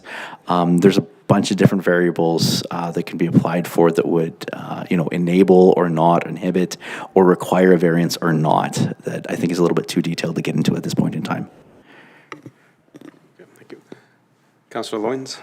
Thank you, Your Worship. Just for clarification on both of yours and Councilor Pletchko's points, you're not referencing when people have applied for RV parking stalls on their yard, are they? Where they've put the concrete all the way past their garage, so it's in the rear side of their yard? No. No, there's a land use bylaw that deals with that. I'm just talking in terms of driveway access, because some driveways I've noticed are wide enough to be classified. You can actually have two accesses on it. You can drive on one side of the driveway in, make a full circle and come out the other side of the driveway, but it's still one driveway. So if we're going to limit that, I'm trying to figure out how that limits, but just wanted some clarity on that. Thank you. Your worship to all of council, just listening to the questions, so just for my own clarity, is the questions being geared to when there's two driveways that are close together, like when they're on the property, or the accesses themselves that lead up onto the street? I think my question is in terms of having one driveway, which is the full length, full width of the property. Because technically you can drive on one side of the garage, driveway access, do a 90-degree, come back down and come out the other side, which it's one driveway access, but when you think about it, it is like having multiple access on both sides.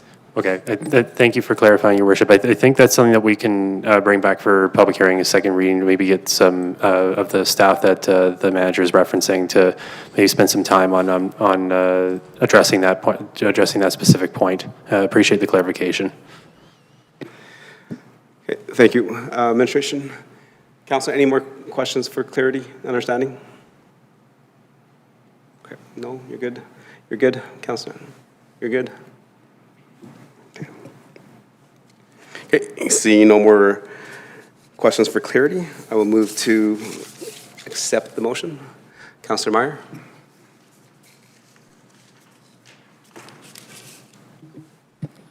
Yes, thank you, Your Worship. The Town Council, 1, give first reading to bylaw 2719 LUO/25, a bylaw to adopt a new land use bylaw, and 2, that a public hearing be scheduled for April 28th, 2025. Okay, thank you. Members of Council, we've had the presentation. We had some questions for clarity and understanding, a little bit of debate here and there, but any questions, comments, and debate on this? Councilor Anderson?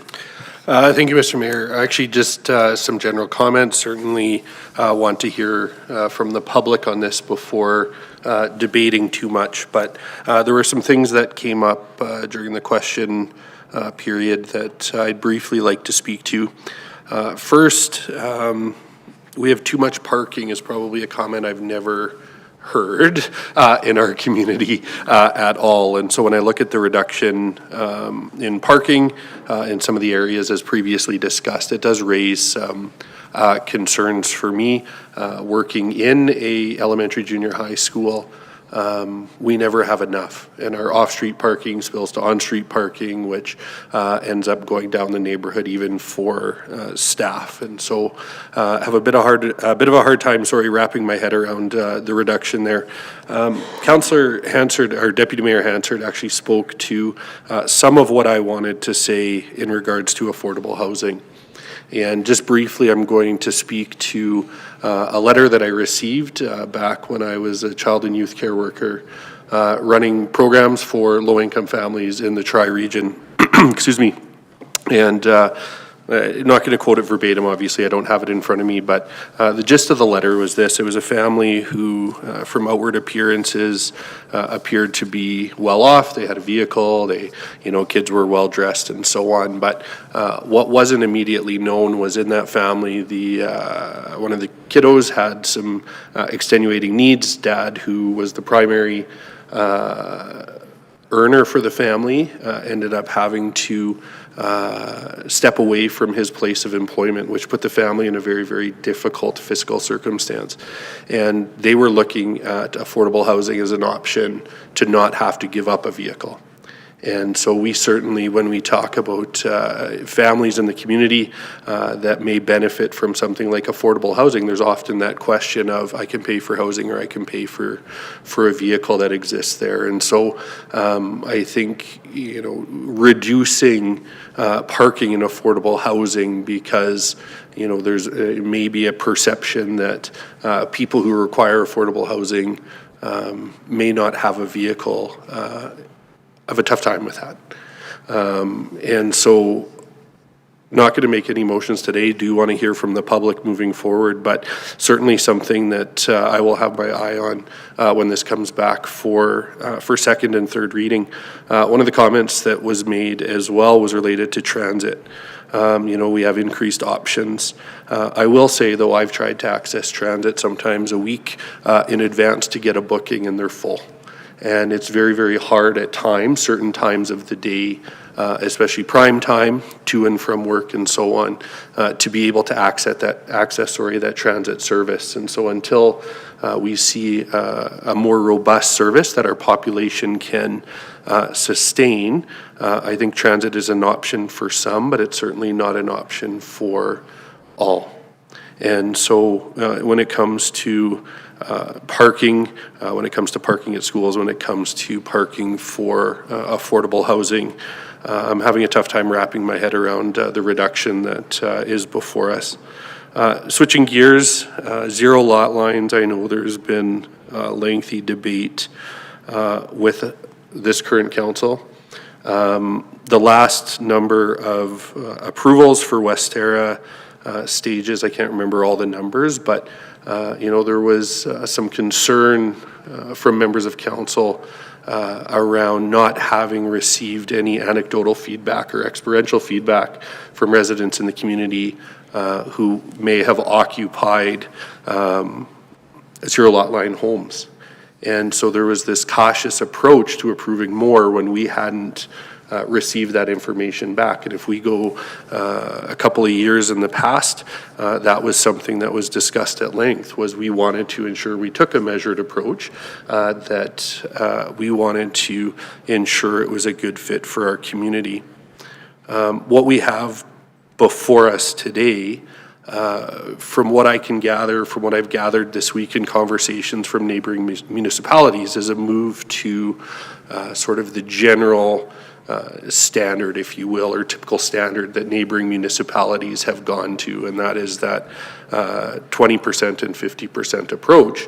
I would suggest, though, I know for myself, I've still yet to receive any of that feedback that we've cautiously asked for. And so it almost feels like we're moving from a measured approach to the full meal deal, if you will. And I wonder if this transition is a year too soon. And I wonder if another year of development, looking at the 100 or so lots that have already been approved, will allow us to better assess whether this zero lot line product is a good fit for our municipality. In absence of our own data, sort of looked anecdotally again at what neighboring municipalities have experienced and what their journey through this was. The most recent I could find, though, was a couple of years old in terms of an actual general overview or survey, if you will, of zero lot line products in the greater Edmonton region. With that being said, my wonder is if administration in advance of or for second and third reading would be able to provide not specifics, but a general overview of zero lot lines in the greater Edmonton region specific to comparable and neighboring municipalities. Not asking for anything in depth, but what is the standard that they've gone to, and if there is opportunity, what has been their experience. And so I will look to administration, whether that's through you, Mr. Mayor, to the CAO or to Planning and Infrastructure or the General Manager. Is it feasible to ask that in advance of potentially an April 28th public hearing, administration would be able to provide a general survey of zero lot lines in neighboring and comparable municipalities? That seems like a lot. Is it able to get that information to members of council? Through your worship to Councillor Anderson and all of council, I was just confirming with the manager of planning. Thanks for the question. That's I think it's something we can take a look at from a regional perspective of some high-level metrics. There's probably some things that we can look at and see what we can bring to second and third reading. I don't know how deep we'll be able to go on specific policies, because each municipality, though they allow, so many municipalities will allow that housing type and that housing product within with the lens of certain nuances. I don't know if we'll really get into the granular of what each specific place does and be able to present it in a way that will, within that time frame. But we could certainly see what we can do to maybe paint a little bit more next level of that, of what's going on with this particular topic, and try and give some more clarity to that question. We'll certainly do our best. Yeah, and I do appreciate that. I will refer to comments from administration a little bit earlier this evening. I believe Councillor Laurie may have asked the question, but the feedback was we actually looked at neighboring municipalities and what those percentages were. And so what I took away from that is that administration already has some of that information. I'm just asking that it's sort of synthesized, brought back to council, so we have a better understanding of what led administration to put this recommendation before us in this land use bylaw this evening. Through your worship to Councillor Anderson, certainly if there's the information that we've used to get ourselves to this recommendation, that's something we could elaborate a little further. And like I said, I'll talk with planning and see what additional information we can try and present that will give some better context to how we got to these numbers. Perfect, appreciate that. Thank you. And is administration also able to find out the report that was brought to council prior to council adopting zero lot lines in our community? It happened quite a few years ago. Stony Plain chose to take the cautious approach and did not allow zero lot lines when that's first in industry standard. We were pushed by developers to do that, and we held our ground, said no until we wanted to see what happened to the other communities. After we reviewed them, there was the recommendations coming forward that created our current zero lot line restrictions. If that was provided for members of council, then that history will be here to say, here's what we saw, here's what we changed, and because a lot of communities that do zero lot lines do not have the same restrictions that we do. So if we're comparing oranges to apples, then we're not going to get the same criteria or the evaluation of success. So based on the 20 to 50%, one of my questions later on was like, how many other municipalities that do this, that allow that, as mentioned, was have our criteria for zero lot lines? Your worship, certainly, I don't know if we probably can't answer that specifically tonight, but I just heard the reference to our, some of the initial reporting, and I'm sure we can find that. It should be in our digital record system somewhere, and we can take a look through that and, provide it in some way, shape, or form into the reports for the public hearing and second and third reading. Thank you. Okay, any more questions, comments, and debate on the motion for first reading and public hearing? Okay, see none, definitely will support the motion. I always support first motion, first reading, because it gives us an opportunity to, like I said, advertise to residents, hear from the feedback, anybody that's coming forward to speak and address council. I like the fact that this will be, again, then sent to the Planning Advisory Commission to take a look at it and to review and provide some of their inputs. And then also allows members of council to review all the summaries of changes, get our thoughts and process. As you've seen, we've heard some preliminary comments that allow members of council to maybe gauge where they stand and how to best bring your arguments and debates to pass and change and amend the land use bylaw for this year. So get your thinking caps on. Okay, I'll call it all in favor of first reading and public hearing. Okay, that is carried. Look at the time, let's move on to business items.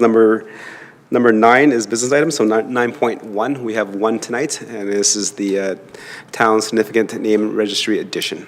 Go ahead, administration.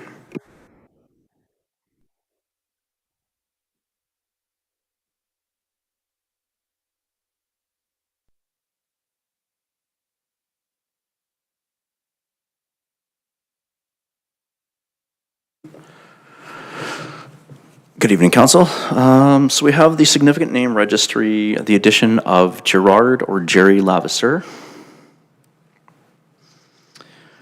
So as a general background, I finish up here. As per town naming policy CPI 057, the significant name registry is a list of names required by which council basically gives the blessing to those names and allows administration to apply those names to various other features in town as per the policy. So in this case, the applicant has come forth desiring to have a commemorative road naming application for 43rd Avenue from South Park Drive to 28th Street. And as such, they're seeking to have Gerard or Jerry Lavaseur added to the significant name registry. To this effect, administration has brought forth this application showing the rationale for why we recommend this name being added to the registry. So Gerard or Jerry Lavaseur, he was the owner of Sunrise International, Inc., which was headquartered in Stony Plain. He's the owner, or this group is the owner of several hotels and other businesses throughout town, as well as the region and provincially. He was actually the founder of the Spruce Grove and Jasper Rotary Clubs and was a prominent member of the Stony Plain Rotary Club. And later in his life, he set up the Lavaseur Community Trust, which is a charitable organization that supports items such as the food bank, animal welfare groups, victim services, and mental health organizations. Given his development both locally and throughout Alberta, as well as his community involvement, administration is recommending his name for the registry. As part of this, if council so makes the decision to add his name to the registry, administration would publish an update as one of the attachments there to your package, to the significant name registry, and then we would expect an application for commemorative road naming application from the applicant, for which this name would be applied to what's been proposed as 43rd Avenue. Leave it there. If any questions? Okay. Thank you for the presentation. Members of council, any questions for clear understanding? Deputy Mayor, go ahead. Mr. Mayor, could it be clarified, please? If we add someone's name to the significant name registry, does that mean, does council hear about this ever again? Or because we've added them, any road could be picked and renamed? And would that road retain its number? For instance, Lavaseur 43rd Avenue, if that's the road that the family is proposing to have renamed it. I sometimes think we lose something when we totally give up the number, because one of the beautiful things about finding where you're going and where you need to go is the grid. And that's not always available in many places, but we have that here, and I appreciate it. Through your worship to Deputy Mayor. In this case, the way that the naming policy was set up is so that the name itself is applied to the registry. That registry is available online. Anyone can see the names on that registry, and it would be up for an applicant to propose why that name should be applied to a specific area. In this case, Gerard or Jerry Lavaseur did develop many of the properties along 43rd Avenue, or sorry, 43rd Avenue, yeah. Anyways, some of the properties there were developed by him. So again, this is something that administratively we would process, similar to a rezoning would lead to a subdivision. This is applying the name itself to the registry and then allowing administration to apply that name appropriately to those areas. So it could be applied to various other ones. This is what this one has been brought forward for. I think that answers all the questions. Your worship, I'll maybe just chime in a little bit there too. So I think the other thing, just to be clear, as the manager has stated, council adds these to the registry, and then the subdivision authority technically will do any official name changing or appointing, applying these names to different aspects in the community. Just to be clear, this one, as indicated and proposed, is for 43rd Avenue, but it is what we would call, I think we're calling it commemorative naming. So it doesn't actually change the official street numbers or street names. And I'm sure council has read or heard or seen that, actually, like formally changing a street name, street number can be challenging for many of the businesses or individuals or residents located on that street. So I believe this will be our second commemorative naming. This one at 43rd, if council sees fit to add to the registry. And I believe the road that goes past our public workshop is commemoratively named Kulak Way, I believe, after a long-serving staff member of the town of Stony Plain. So it's a form of recognition without the formality of changing, the changing addresses and changing addresses basically for businesses. Okay, thank you. Any more questions for clear understanding?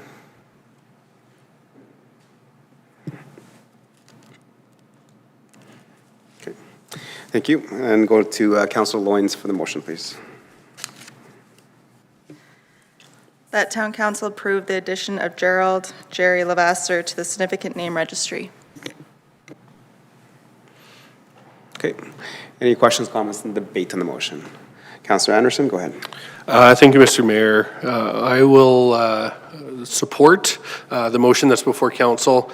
It was not 6-8 weeks ago where I was approached by a member of the community asking this very thing.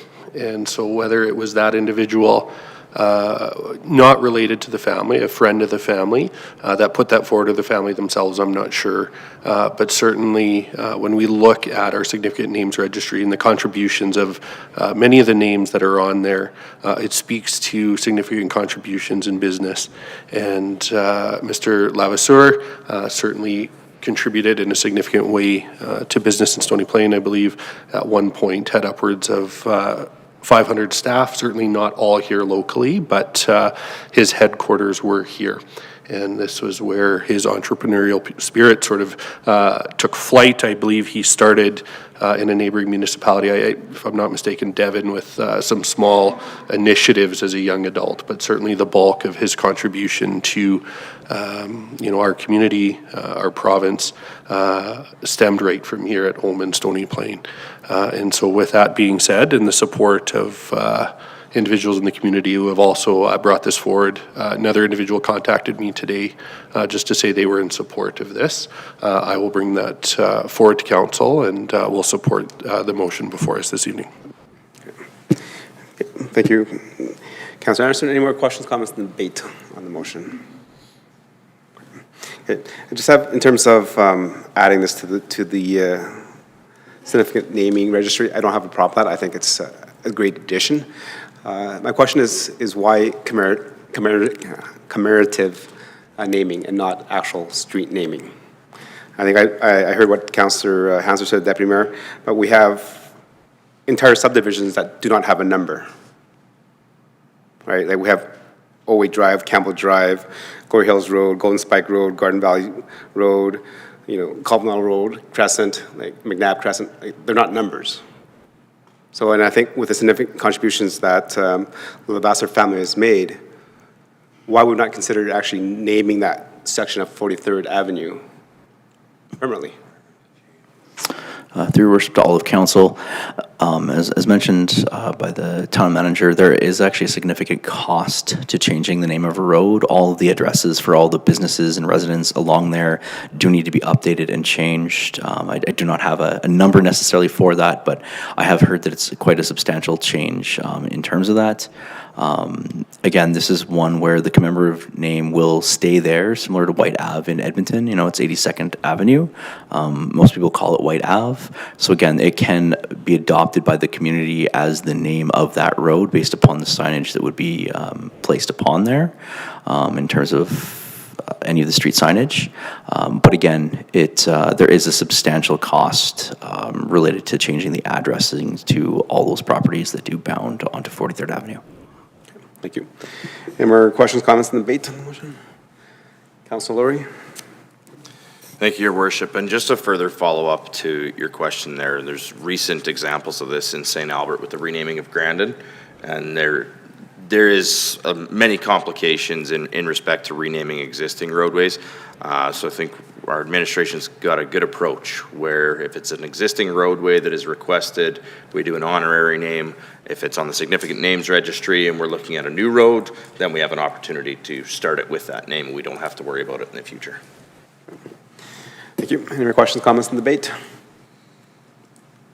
Okay. Seeing none, I'll call the question. All those in favor? That's carried. All right, moving on with the agenda. Number 10 is council discussion. So this is the time that members of council can bring anything up from their committee meetings and questions they've heard from members of our public or stakeholders to bring to council's attention or staff attention. Deputy Mayor? I'll pass for this evening. Councilor Pletchko? I'll pass as well. Councilor Anderson? I will not pass. I want to acknowledge an event that Councillor Laurie, Deputy Mayor Hansard, and I had the privilege to attend over the weekend, and that was the 4th edition of the Battle for the Badges hockey game, which has a goal of raising funds to support mental health initiatives for first responders. The history, the inaugural event was in response to a couple of local gentlemen who unfortunately lost their lives in a matter in the city as members of Edmonton Police Service. And so I know this hits very close to home for many. And so it was an honor to be there to represent our community, to show our support, not solely to the families that led to the inauguration of this event, but all of our first responders. There were members of Stony Plain First Responders community there, and want to extend my gratitude, our gratitude to those first responders that work daily, that sacrifice time with family, that put themselves into situations that many of us would not like to be in to ensure the safety, health, and well-being of the rest of us. And so with gratitude, a bit of a heavy heart, I want to express our thanks to the first responders in our region. Thank you for that, and definitely thank you, Deputy Mayor and Councilor Lowery and Councilor Anderson for attending. I was not able to attend, but definitely appreciated that Stony Plain was represented there as well. Councilor Meyer? Yes, thank you, Your Worship. Just 3 items, just of consequence, due mostly to the weather that we are experiencing. So I'll just turn to administration. There are a number of black path potholes. I can email you the locations specifically, or right now, whichever you would prefer. Through your worship to Councillor Meyer, I always appreciate an email so I can make sure I got the locations right. Okay, I will shoot you an email. Just another item that I was asked to bring forward along 53rd Avenue near 51st. The St. Matthew's Lutheran School is experiencing some flooding that they have made the town aware of, and the town had committed apparently, don't ask me for names, they had committed to come and blading the ice jam that is, I think it's caused by the shadow of the school along 53rd. Anyhow, that is yet to be done, but they are still experiencing some flooding issues there. Through your worship to Councillor Meyer, thank you for the update and comment. I'll pass it along to the staff and follow up with pardon me, I'm getting tongue-tied with the school. Okay, that would be appreciated. Thank you. Okay. Thank you. Councillor Loyens? Thank you, Your Worship. Hard to believe we're not going to be back in the chambers until the 14th of April.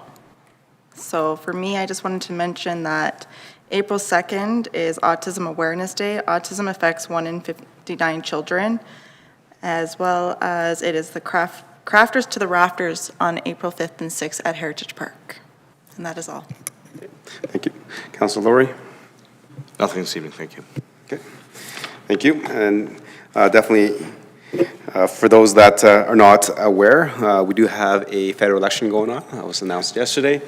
Yes, yeah, if you weren't paying attention, I think it's all over the news. And I believe the election date is Monday, April 28th. And we have a council meeting, so if we can finish on time, but we can watch it together on the big screen. However, in jest, we also make sure that we're aware of some of the federal priorities. We'll be doing an update of our federal advocacy on April 14th. I think we had that quite quick conversation a couple weeks ago about what that could look like, and administration is kind of reviewed that and bringing back what they see is necessary for us when we talk to the candidates of what to advocate for Stony Plain. Right. Okay, and with that, moving on, number 11 was a closed meeting. We have nothing scheduled tonight, and then so we move to adjournment. So with that, great meeting. Thank you, members of council, for reading your package. I know it was a little bit hefty with the bylaws, but we look forward to public hearing and second and third reading on the land use bylaw on the 28th. That, thank you, administration, and we're adjourned till April 14th. Done.